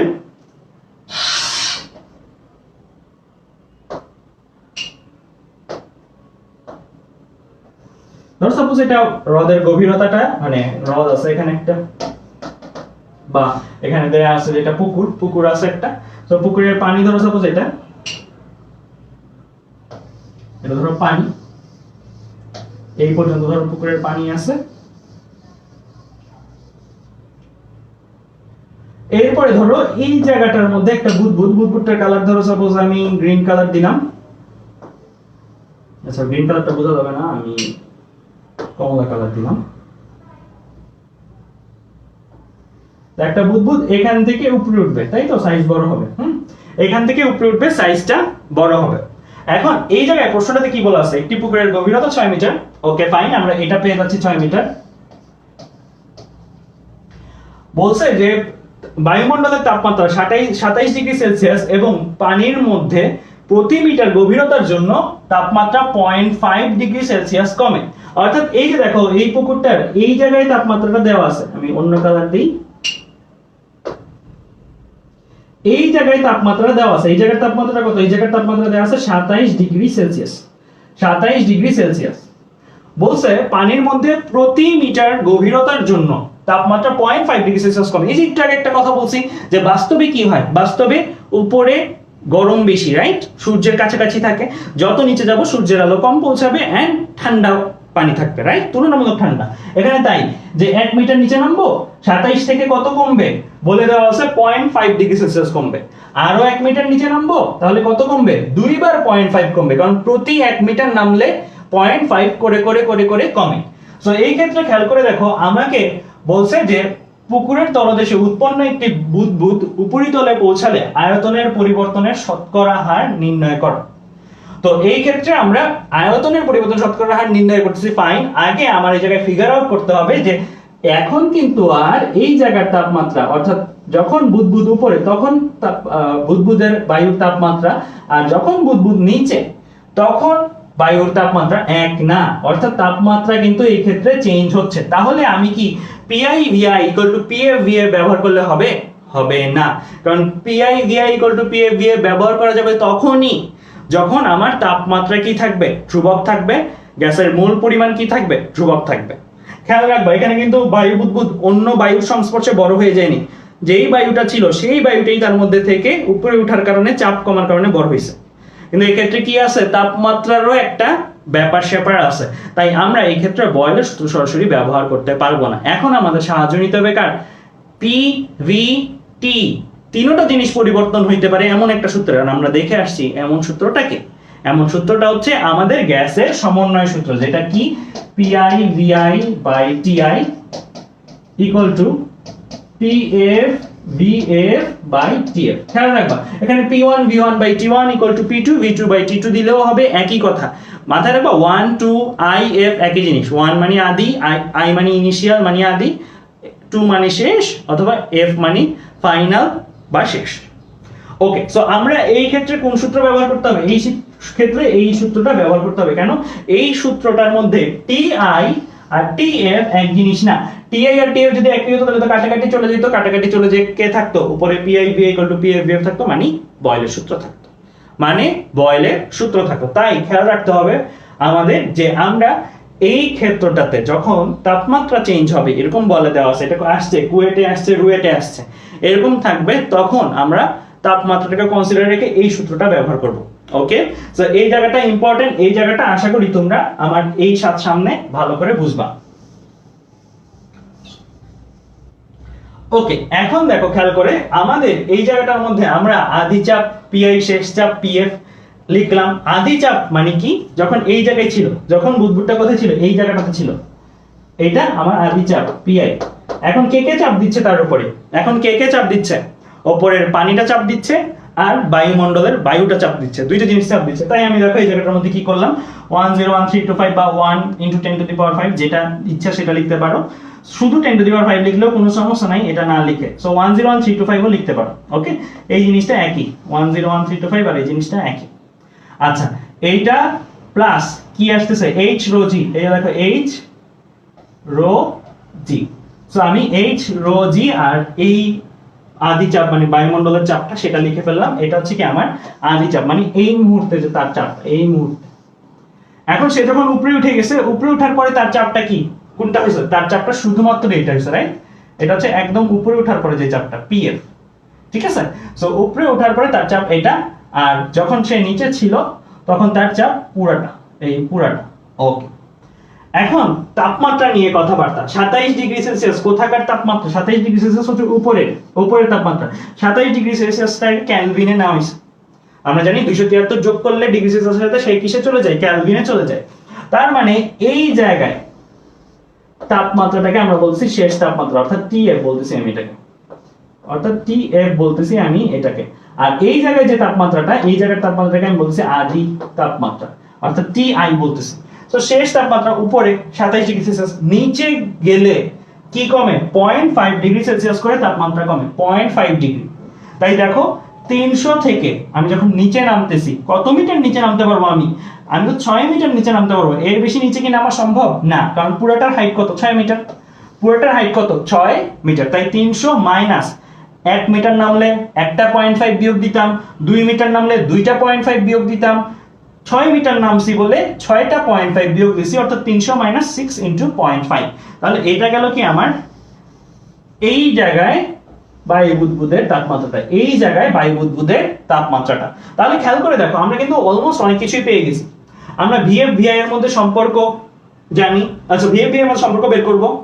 আমরা টিএফ টিআই পেয়ে গেছি, পিএফ পিআই পেয়ে গেছি। এখন ভিএফ ভিআই এর মধ্যে একটা সম্পর্ক বের করব। সম্পর্ক আমার কিন্তু যেই সূত্রটা PI VI by TI equal to PF VF by TF, ওটার মধ্যে গেলেই কিন্তু কাজ শেষ, ওটার মধ্যে গেলেই কিন্তু কাজ শেষ। কারণ ওখানে সবাইকে জানি, আমি টিআই জানি, টিএফ জানি, পিআই জানি, পিএফ জানি, সবাইকে জানি।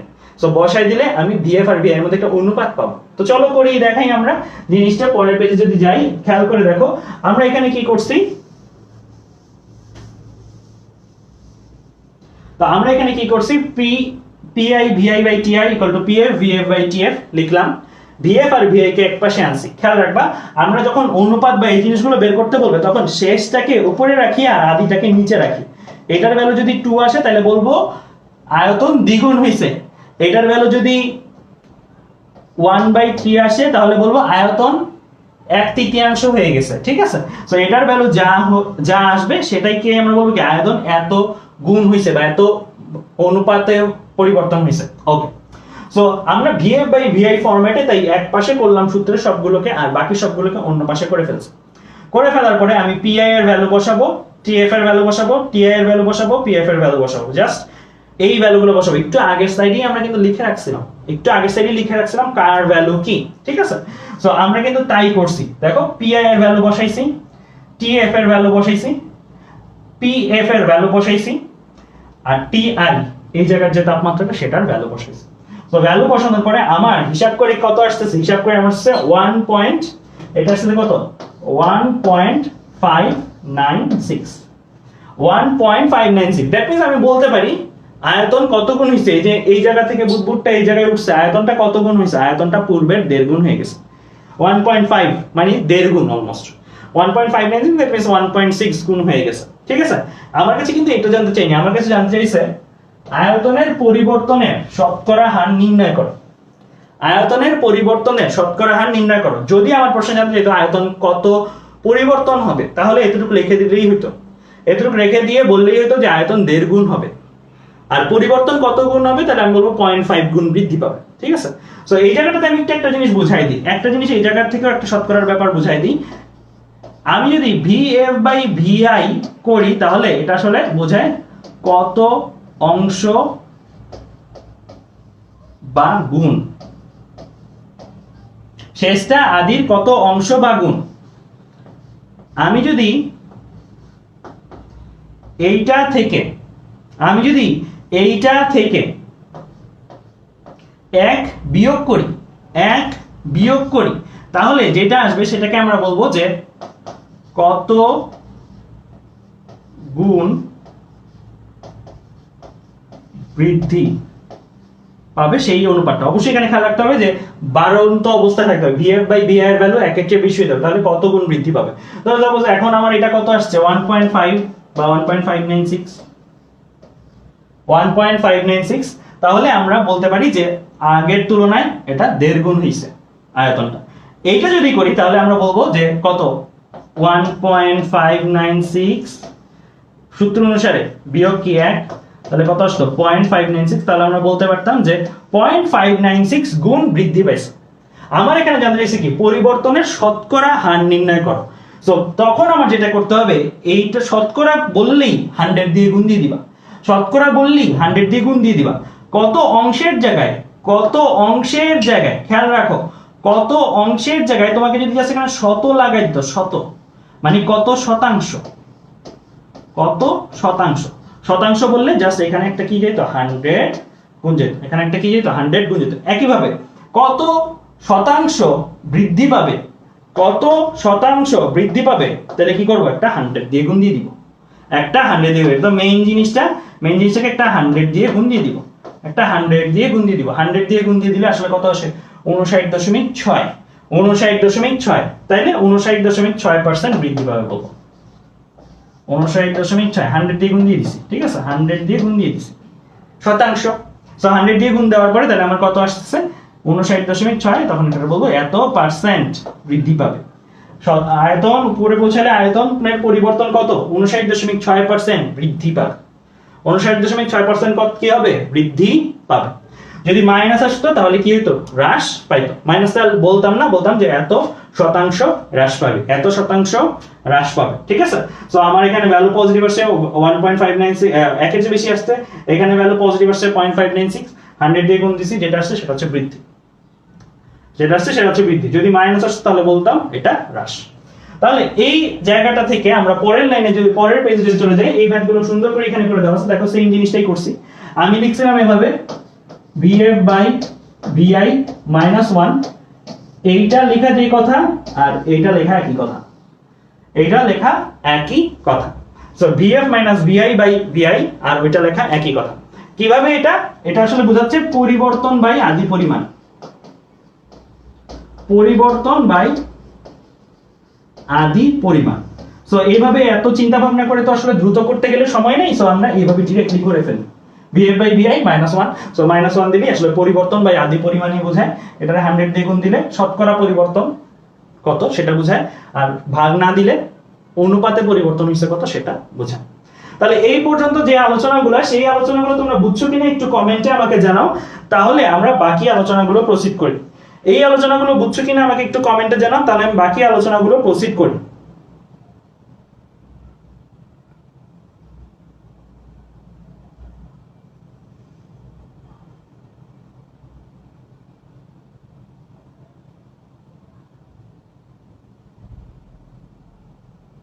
ওকে, তাহলে আমি কিন্তু এই ম্যাথগুলো যে করাচ্ছি, ভাবতে পারো যে আরো অনেক ক্লিন ভাবে করানো উচিত, আরো অনেক সুন্দর ভাবে করানো উচিত, কিন্তু না, আমি এভাবে করাচ্ছি কেন?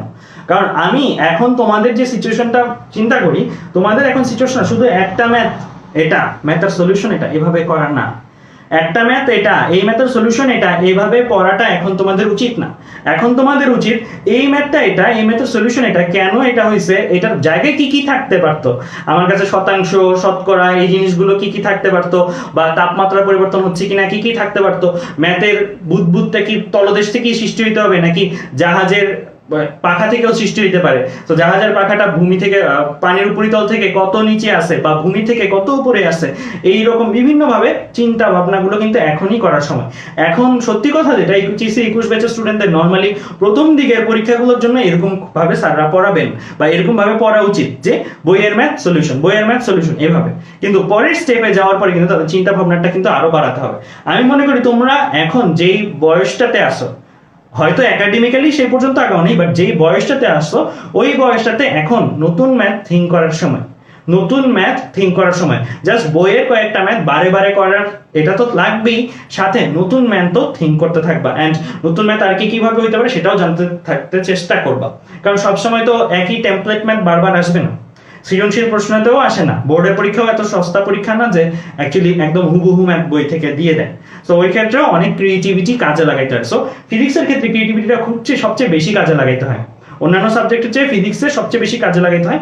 অন্যান্য সাবজেক্টে ফিজিক্সে দেখবা যে পড়াটা সহজ তুলনামূলক, বাট ম্যাথগুলো যখন করতে যাবা, ম্যাথগুলো অনেক নতুন নতুন ম্যাথের সম্মুখীন হতে পারো। ডিরেক্ট বোর্ড পরীক্ষায় সম্মুখীনটা হলে তোমাদের প্রবলেম হয়ে যাবে। সো আমি সাজেস্ট করতেছি একটা ম্যাথের মধ্যেই কত ভ্যারিয়েশন আসতে পারে কিছু দেখানোর চেষ্টা করছি, অ্যান্ড ম্যাথ পড়ানোর সময় কিভাবে কিভাবে আমি ভাবছি সেটা দেখানোর চেষ্টা করছি। অ্যান্ড তোমাদেরকেও সাজেস্ট করবো যে তোমরাও এই চ্যাপ্টার না, যে কোনো চ্যাপ্টারের ম্যাথ যখন করবা এভাবে করবা। অ্যান্ড ভাইয়া তো বলছি যে টাইপ ওয়াইজ ম্যাথের স্লাইড বা পিডিএফ গুলো দিয়ে দিব, ওইগুলাই শুধু করবা যে তা না, ওইগুলোর সাথে আর কি কি হইতে পারে সেগুলো চিন্তা করবা। ওকে, আমি যেগুলো দিয়ে রাখছি তোমাদেরকে পিডিএফ এ, সেগুলো হচ্ছে এই পর্যন্ত আসা ম্যাথ, মানে এই পর্যন্ত যা যা আসছে, এই পর্যন্ত যা যা আসছে, কিন্তু ভবিষ্যতে যা যা আসবে সেটা না। এই পর্যন্ত অতীতে যা যা আসছে সেগুলো আমি টাইপ ওয়াইজে দিয়ে রাখছি, বাট ভবিষ্যতে কি আসবে সেটা কিন্তু দেওয়া নেই এই জায়গায়। ভবিষ্যতে কি আসবে এটা কোথায় থাকবে, নিজেদের মাথায় থাকতে হবে, নিজেদের চিন্তা করতে হবে, ঠিক আছে? ওকে, এবার আমরা চলে আসি আমাদের আরেকটা ম্যাথে। এইটা একটু দেখি, লেখা আছে পানি ভর্তি একটি লম্বা সিলিন্ডারের তলদেশে সুতা দিয়ে একটি বেলুন বেঁধে দিলেন। হঠাৎ সুতাটি ছিঁড়ে যাওয়ায় বেলুনটি সিলিন্ডারের ঠিক মুখে এসে আটকে যায়। খুবই ইম্পর্টেন্ট কথা, এটা খুবই ইম্পর্টেন্ট কথা। সিলিন্ডারের ঠিক মুখে এসে আটকে যায়, ঠিক এই কথাটা খুবই ইম্পর্টেন্ট। একটু পরেই বুঝবে কেন আসলে ইম্পর্টেন্ট। এই কথাটা না থাকলে অনেক কিছুই ম্যাথে চেঞ্জ হয়ে যেত। বায়ুর চাপ 0.76 মিটার এইচজি, সিলিন্ডারের উচ্চতা 27 মিটার ও বেলুনের আদি ব্যাসার্ধ 0.01 মিটার। এখন এই জায়গা থেকে জানতে চাইছে প্রথম প্রশ্নে সিলিন্ডারের একটাই প্রশ্ন, সিলিন্ডারের ব্যাস কত, সিলিন্ডারের ব্যাস কত। এই ম্যাথটা শুধু প্রশ্ন পড়ে চিন্তা যতই করতে থাকো মাথা খেলবে না, মাথায় কাজ করবে না, কষ্ট হবে। ফিগারটা চিন্তা করে নিতে হবে, ফিগারটা ভিজুয়ালাইজ করতে হবে। ফিজিক্স তারাই ভালো পারবে যারা একটা প্রবলেম দেখে ওই সিনারিওটা সামনে ইমাজিন করতে পারে, ওই ফেনোমেনাটা তার সামনে ঘটতেছে এটা সে অনুভব করতে পারে, তখনই সে আসলে ভালো পারবে। সো এই ম্যাথটা দেখার পরে আমার অ্যাপ্রোচ কি হইতো, আমি কিভাবে সলভ করতাম। আমি এই ম্যাথটা যখন দেখতাম, ফিজিক্সে তো চিত্র আঁকার জন্য নাম্বার নাই, তাই না, তারপরে আমি চিত্র আঁকতাম। এই ম্যাথটা যখন আমি দেখতাম, দেখার পরে আমি মনে মনে এই জিনিসটা চিন্তা করতাম এন্ড আঁকতাম, এই জিনিসটা আমি আঁকতাম। একটা সিলিন্ডার আছে, ঠিক আছে, একটা সিলিন্ডারের কথা বলা আছে, সিলিন্ডার আঁকলাম।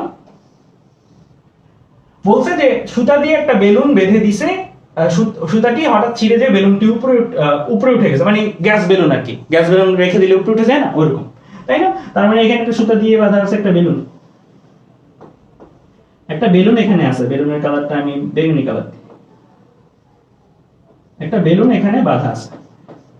হ্যাঁ, এই বেলুনটা সুতা ছিঁড়ে গেছে, উপরে উঠে গেছে, উপরে উঠে গেছে।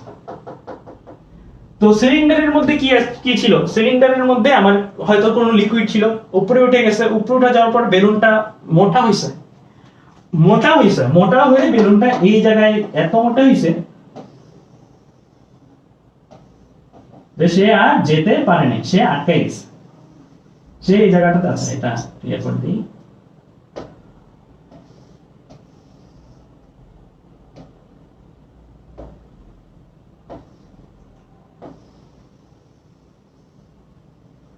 এই জায়গায় সে আটকে গেছে, এই জায়গায় সে আটকে গেছে, মানে তার মানে বোঝা যাচ্ছে তার যে বর্ডার, এই বর্ডার এটা একদম এই জায়গায় অ্যাটাচ, টাইট হয়ে লেগে গেছে। এরপর সে আর উঠতে পারতেছে না, সে আটকে গেছে। যদি সে ছোট থাকতো, বেলুনটা একটু ছোট হইতো, বাড়ছে, বাট এতটাও বাড়ে নাই, একটু ছোট থাকতো, তাহলে কিন্তু সে উপর দিয়ে চলে যেত, কিন্তু সে এখন কি উপরে আটকে গেছে।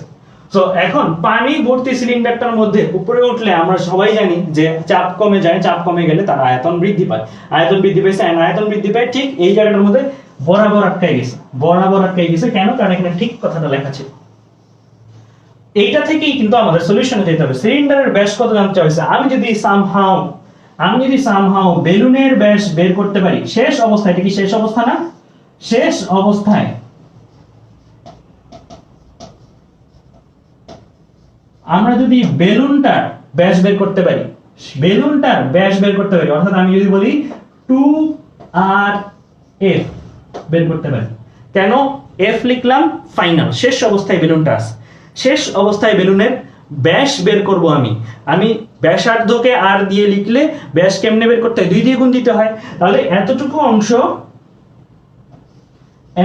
অংশ আমার কি RF, কয়টা RF আছে? 2টা RF আছে। হ্যাঁ, সো 2টা RF যদি আমি বের করতে পারি, সিলিন্ডার তো এমন না নিচে থেকে এরকম হইছে, সিলিন্ডার তো সোজা, ব্যাসার্ধ সব জায়গায় সমান।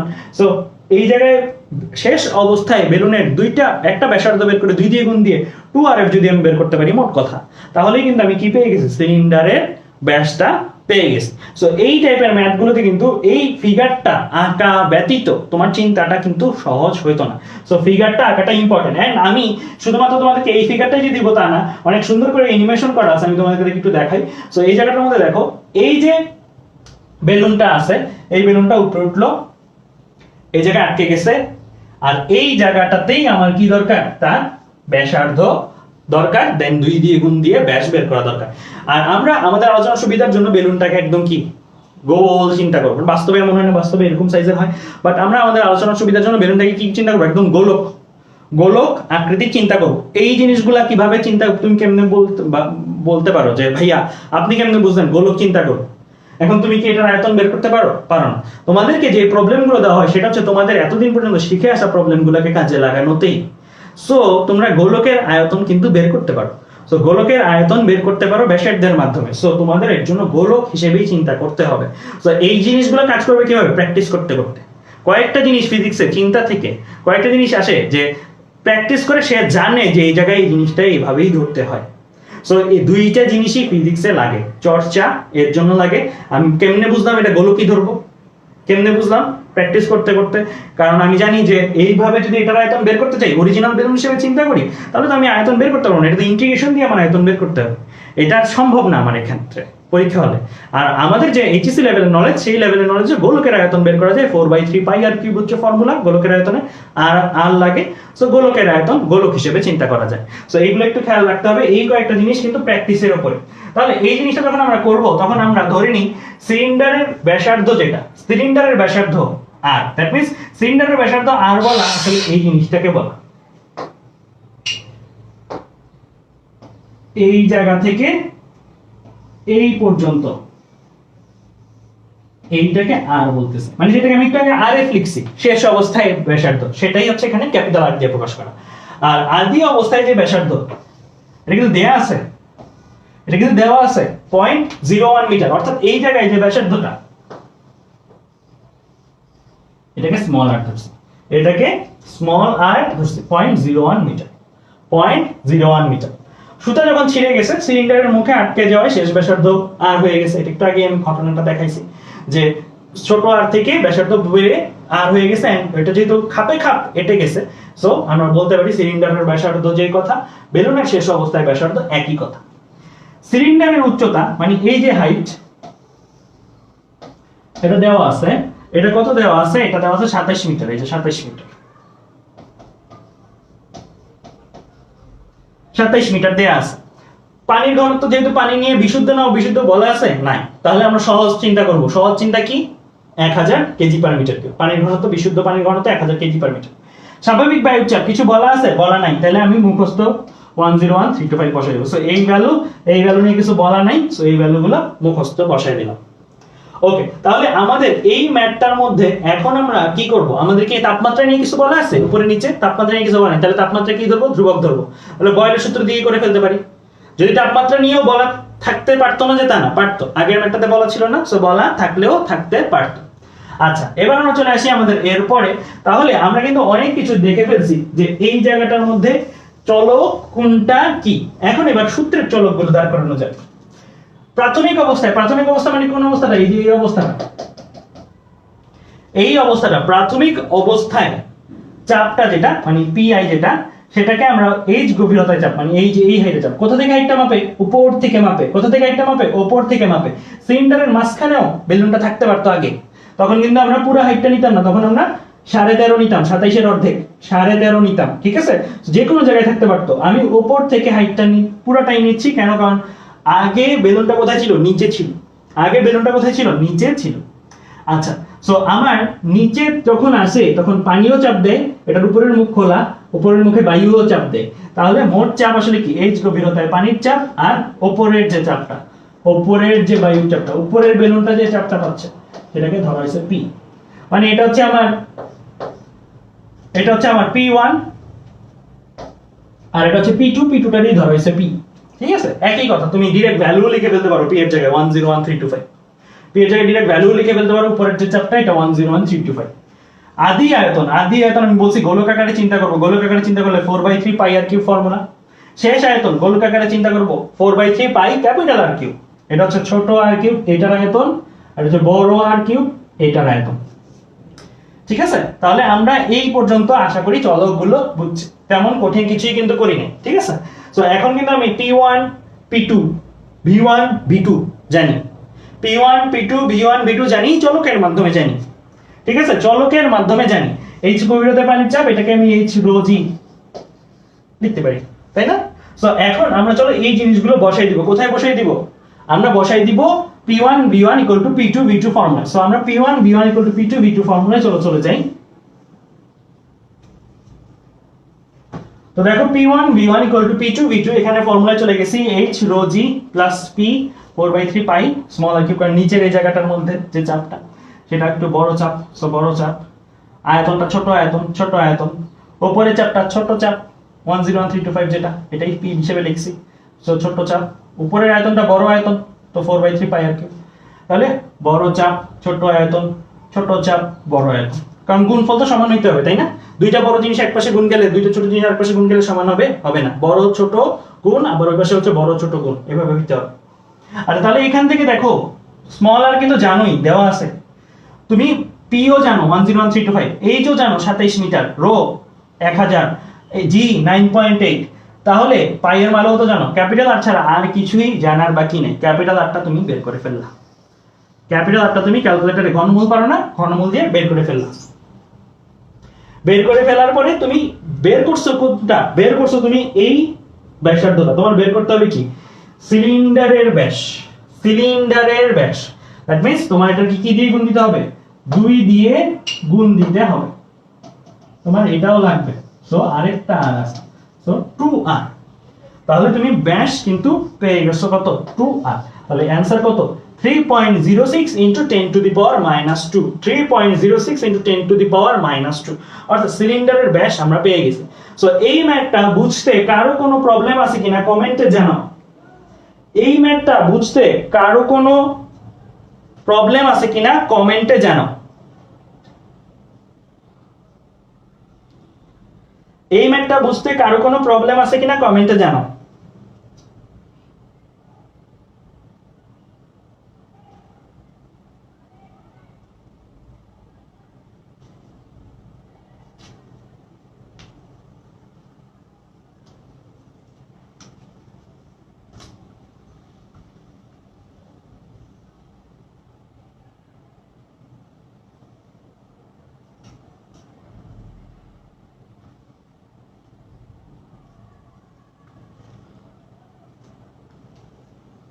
কার কোনো প্রবলেম আছে? এমডি খলিল লিখছে ক্লিয়ার ভাইয়া, শিপন লিখছে ক্লিয়ার, তারপরে জুবায়ের সাকিব লিখছে নো ভাইয়া কোনো প্রবলেম নাই, তারপরে আমনা ইসলাম লিখছে জি ভাইয়া। তো আশা করি এই ম্যাথটাতে কারো কোনো প্রবলেম থাকার কথা না। সো এই টাইপের ম্যাথগুলাই কিন্তু অ্যাডমিশনে আসে, এই টাইপের ম্যাথগুলোই কিন্তু অ্যাডমিশনে আসে। আমি বারবার অ্যাডমিশনের কথা কেন বলতেছি, কারণ আমি গত ক্লাসেও বলছি, আজকের ক্লাসেও আবার বলতে চাচ্ছি, সেটা হচ্ছে যে আমাদের এখনকার পড়াশোনাটা একটু শিক্ষার্থী থেকে পরীক্ষার্থীদের মতন হইতে হবে। কারণ আমরা এখন এইচএসসি 21 ব্যাচে যারা আছি তারা এখন পরীক্ষার্থী, মানে তোমাদের এখন কিন্তু অ্যাকচুয়ালি সত্যি কথা ওইভাবে হইলে হবে না যে আজকে পড়লে পড়লাম, না পড়লে না, আজকে ঘুরতে গেলাম, আজকে জিনিসগুলো এইভাবে চলবে না। এখন তোমাদের অ্যাকচুয়ালি একটু সিরিয়াসলি অ্যান্ড পরীক্ষার্থীদের মতন পড়াশোনা করতে হবে। আগে যাই করছো এখন প্র্যাকটিস প্রবলেমগুলো ভালো ভালো করে করতে হবে। আমি তো প্রবলেমগুলো দিয়ে রাখছি, ওই প্রবলেমগুলো ভালো করে করতে হবে অ্যান্ড অ্যাডমিশনের জিনিসপত্রগুলোও করতে হবে। আমি একটা সিম্পল জিনিস বলি তাহলে বুঝতে পারবা। আমার কাছে মেন্টরশিপে 7 জনের মতন স্টুডেন্ট আছে 21 ব্যাচে। 7 জনের মতন স্টুডেন্ট যারা আছে তাদেরকে আমি একটা টাস্ক দিছি। সেটা কবে দিছি আমি যদি বলি, আমি করোনা আক্রান্ত হওয়ার আগে মার্চের দিক দিয়ে টাস্ক দিছিলাম। সেই টাস্কটা ছিল যে তোমাদের বইয়ের সবগুলো জিনিস, টেস্ট পেপারের সবগুলো জিনিস আপাতত একটু স্কিপ রেখে এখন তোমরা অ্যাডমিশনের যে কোশ্চেন ব্যাংক আছে, অ্যাডমিশনের যে কনসেপ্ট বুক আছে বিভিন্ন কোচিং সেন্টারে, ওইগুলো একটু দেখো। কারণ তোমাদের ওই জিনিসগুলোর সাথে সাথে এখন ওই কনসেপ্ট বুক, তারপরে একটু অ্যাডমিশন রিলেটেড যে জিনিসগুলো আছে ওইগুলো দেখার সময় আসলে আসছে। কারণ পড়াশোনাটা এমন একটা নির্দিষ্ট জায়গায় নিজেদেরকে আটকায় রাখলে হবে না। ধরো তোমাকে ক্লাস 6 পড়াইলো, ক্লাস 6 পড়াই তুমি ক্লাস 6 এর বার্ষিক পরীক্ষা পাশ করলা, পরের বছর আবার ক্লাস 6 এ পড়তে তোমার কি ভালো লাগবে? ভালো লাগবে না। অ্যান্ড তোমার মেধাটা কি বিকশিত হবে না। তখনই বিকশিত হবে ক্লাস 6 এর পরে তুমি যদি হায়ার লেভেলের কিছু পড়ো। যেমন আমি ভার্সিটি শেষ করছি, এখন যদি আমি আবার একই পড়াশোনাগুলো আবার করতে থাকি তাহলে কি আমার ভালো লাগবে না? আমি যদি আরেকটু হায়ার লেভেল করি তাহলে আমার মেধাটা প্রপারলি বিকশিত হবে। তো পড়াশোনার লেভেলটা হচ্ছে ডে বাই ডে একটু আপগ্রেড করতে হয়। এখন তোমাদের লেভেলটা আমি মনে করি অ্যাডমিশন ক্যাটাগরির, অ্যান্ড ওই ক্যাটাগরির প্রিপারেশনগুলো কিন্তু আস্তে আস্তে নেওয়া শুরু করে দাও। অ্যান্ড নেওয়া যদি শুরু করে দাও তাহলে কিন্তু তুমি দেখবা যে তোমার মধ্যে কনফিডেন্স লেভেলটা আরো অনেক বুস্ট হচ্ছে। বেশি কিন্তু সময় লাগে না, খুব বেশি কিন্তু আলাদা করে সময় লাগবে যে তা না। এই যে এই প্রবলেমটা করলাম অ্যাডমিশনের প্রবলেম, অ্যাডমিশন কোচিং এও এই জিনিসটাই পড়াইতাম। যদি আমি অ্যাডমিশন কোচিং করতাম এই জিনিসটাই পড়ানো হতো। তো আলটিমেটলি তোমরা কি এমন মনে হয়েছে যে একদম মাথার উপর দিয়ে এটা আমি হজম করতে পারবো না? পারবো। সো জাস্ট একটু টেস্ট অ্যান্ড ট্রাই করতে হবে। আর এই জিনিসগুলো যদি ভালো করে করতে পারো তাহলে কি জিনিসটা আরো সহজ লাগবে। আমি আমার এক টিচারের উদাহরণ দিই। আমার এক টিচার, আমি যখন ক্লাস 5 এ পড়ি, আমি ওই টিচারের কাছে রেগুলারলি পড়তাম না, আমার ছোট ভাই পড়তো মেইনলি। বাট ওই টিচারের সাথে আমি একদিন কথা বললাম, ওই টিচার আমাকে জাস্ট একটা জিনিস বললো। ওই ভাইয়া তখন ঢাকা ইউনিভার্সিটিতে পড়তো। ওই ভাইয়া আমাকে একটা জিনিস বুঝাইছিল অ্যান্ড ওই জিনিসটা খুবই চমৎকার ছিল। আমি তোমাদেরকে ওই জিনিসটা একটু শেয়ার করতে চাই তোমাদের সাথে।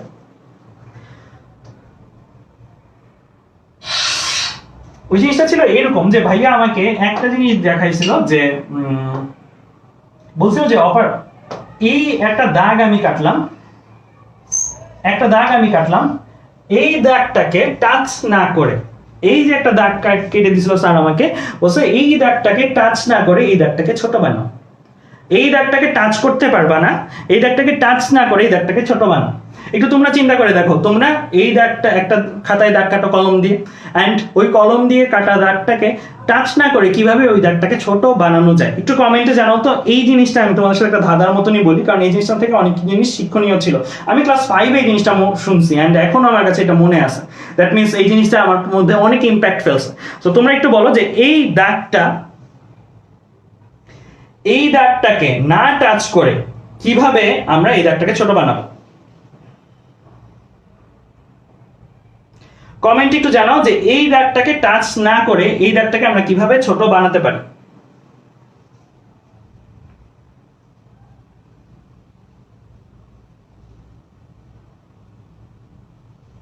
কমেন্ট ইররিলেভেন্ট কমেন্ট হচ্ছে, আমি কিন্তু এই জায়গাগুলো থেকে কমেন্টগুলো দেখে তোমাদেরকে কিন্তু ব্যান করে দিব যদি বেশি ইররিলেভেন্ট কমেন্ট করো। তো এখানে একটু বলো যে এই দাগটাকে টাচ না করে কিভাবে এই দাগটাকে আমরা ছোট বানাবো। সো এইটাতে অনেকেই সঠিক উত্তর দিছো, এটা খুবই কমন একটা জিনিস আই গেস, বাট এই জিনিসটার মিনিং অনেক বেশি। এই দাগটাকে টাচ না করে ছোট বানানোর একটা উপায় হচ্ছে, সেটা হচ্ছে যে এই দাগটার পাশে একটা বড় দাগ টান, তাহলে এই দাগটাকে কম্পারেটিভলি তখন আমরা বলতে পারবো এটা ছোট।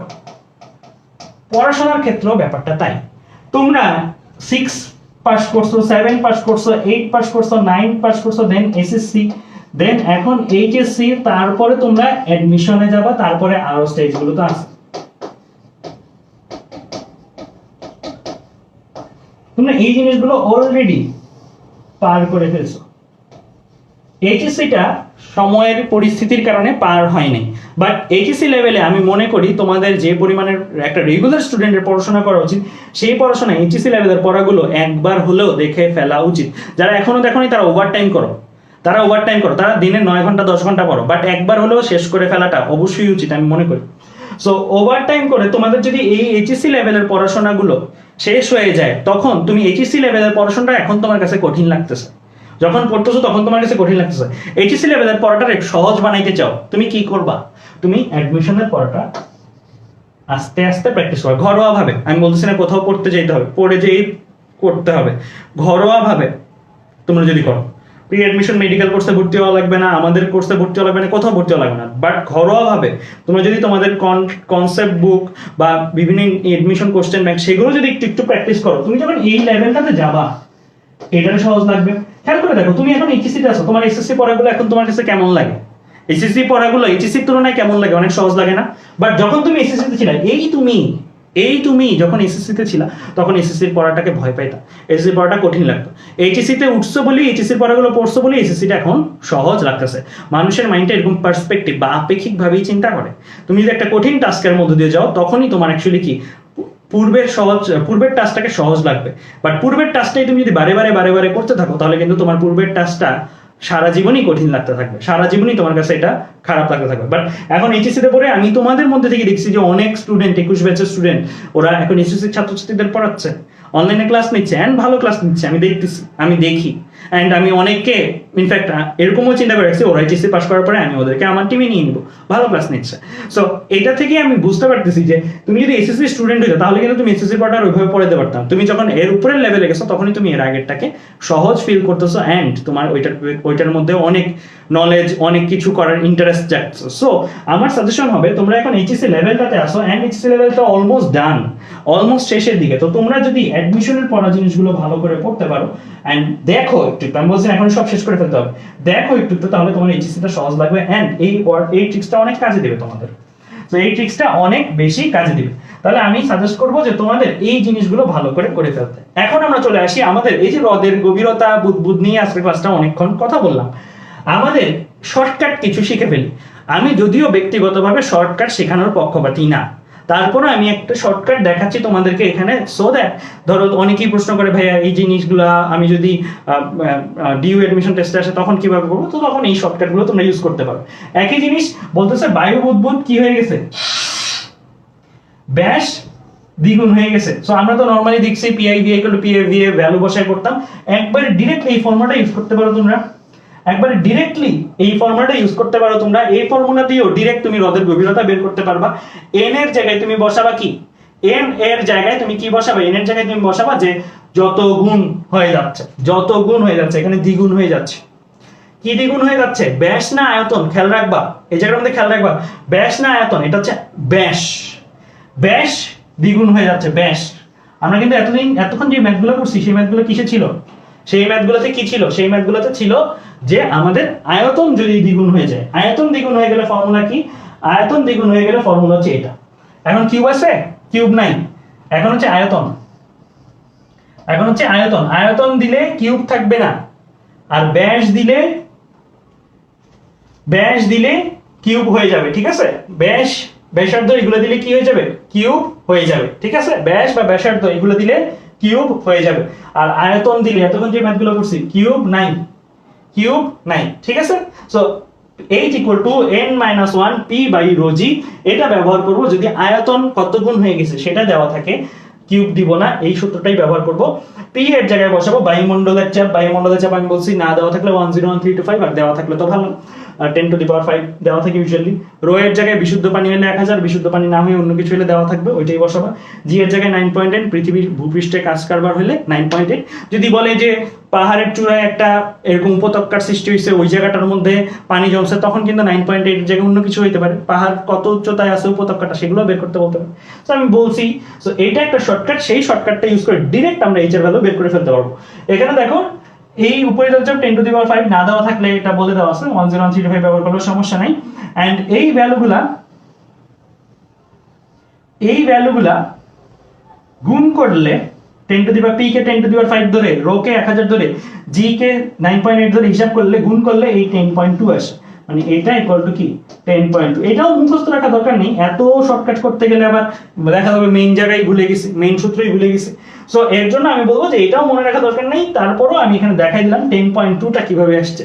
10.2টা এই যে p এর জায়গায় আমি 10⁵ বসাইছি, রো এর জায়গায় আমি 1000 বসাইছি, জি এর জায়গায় 9.8 বসাইছি। বসাইলে দেখো এই যে ডিরেক্টলি এটা ইউজ করছে, 9 - 1 × 10.2। মাঝে মাঝে কাজে লাগতে পারে, ইউনিভার্সিটি অ্যাডমিশন টেস্টে যখন করবো তখন ডিরেক্টলি এই জায়গাগুলো থেকে কাজে লাগতে পারে। সো এইটা, এই সূত্রটা কখন, যখন আয়তন কত গুণ হয়ে গেছে সেটা দেওয়া থাকবে। n এর জায়গায় আয়তন 5 গুণ হলে n এর জায়গায় 5 বসাবা, আয়তন 4 গুণ হলে n এর জায়গায় 4 বসাবা। আয়তন পরিবর্তন না হয়ে যদি চেঞ্জ হয় কি আমার ব্যাস বা ব্যাসার্ধ, তাহলে কি আমি n3, এখানে আমি ব্যাস দ্বিগুণ হয়ে গেছে, n এর জায়গায় কত বসাবো 2, বাট ফর্মুলাটাই, শর্টকাট ফর্মুলাটাই চেঞ্জ হয়ে গেছে, চেঞ্জ হয়ে গিয়েছে কিউ। তাহলে এই জিনিসটা বুঝছো কিনা শর্টকাটটা, এই জায়গাটা বুঝছো কিনা শর্টকাটটা।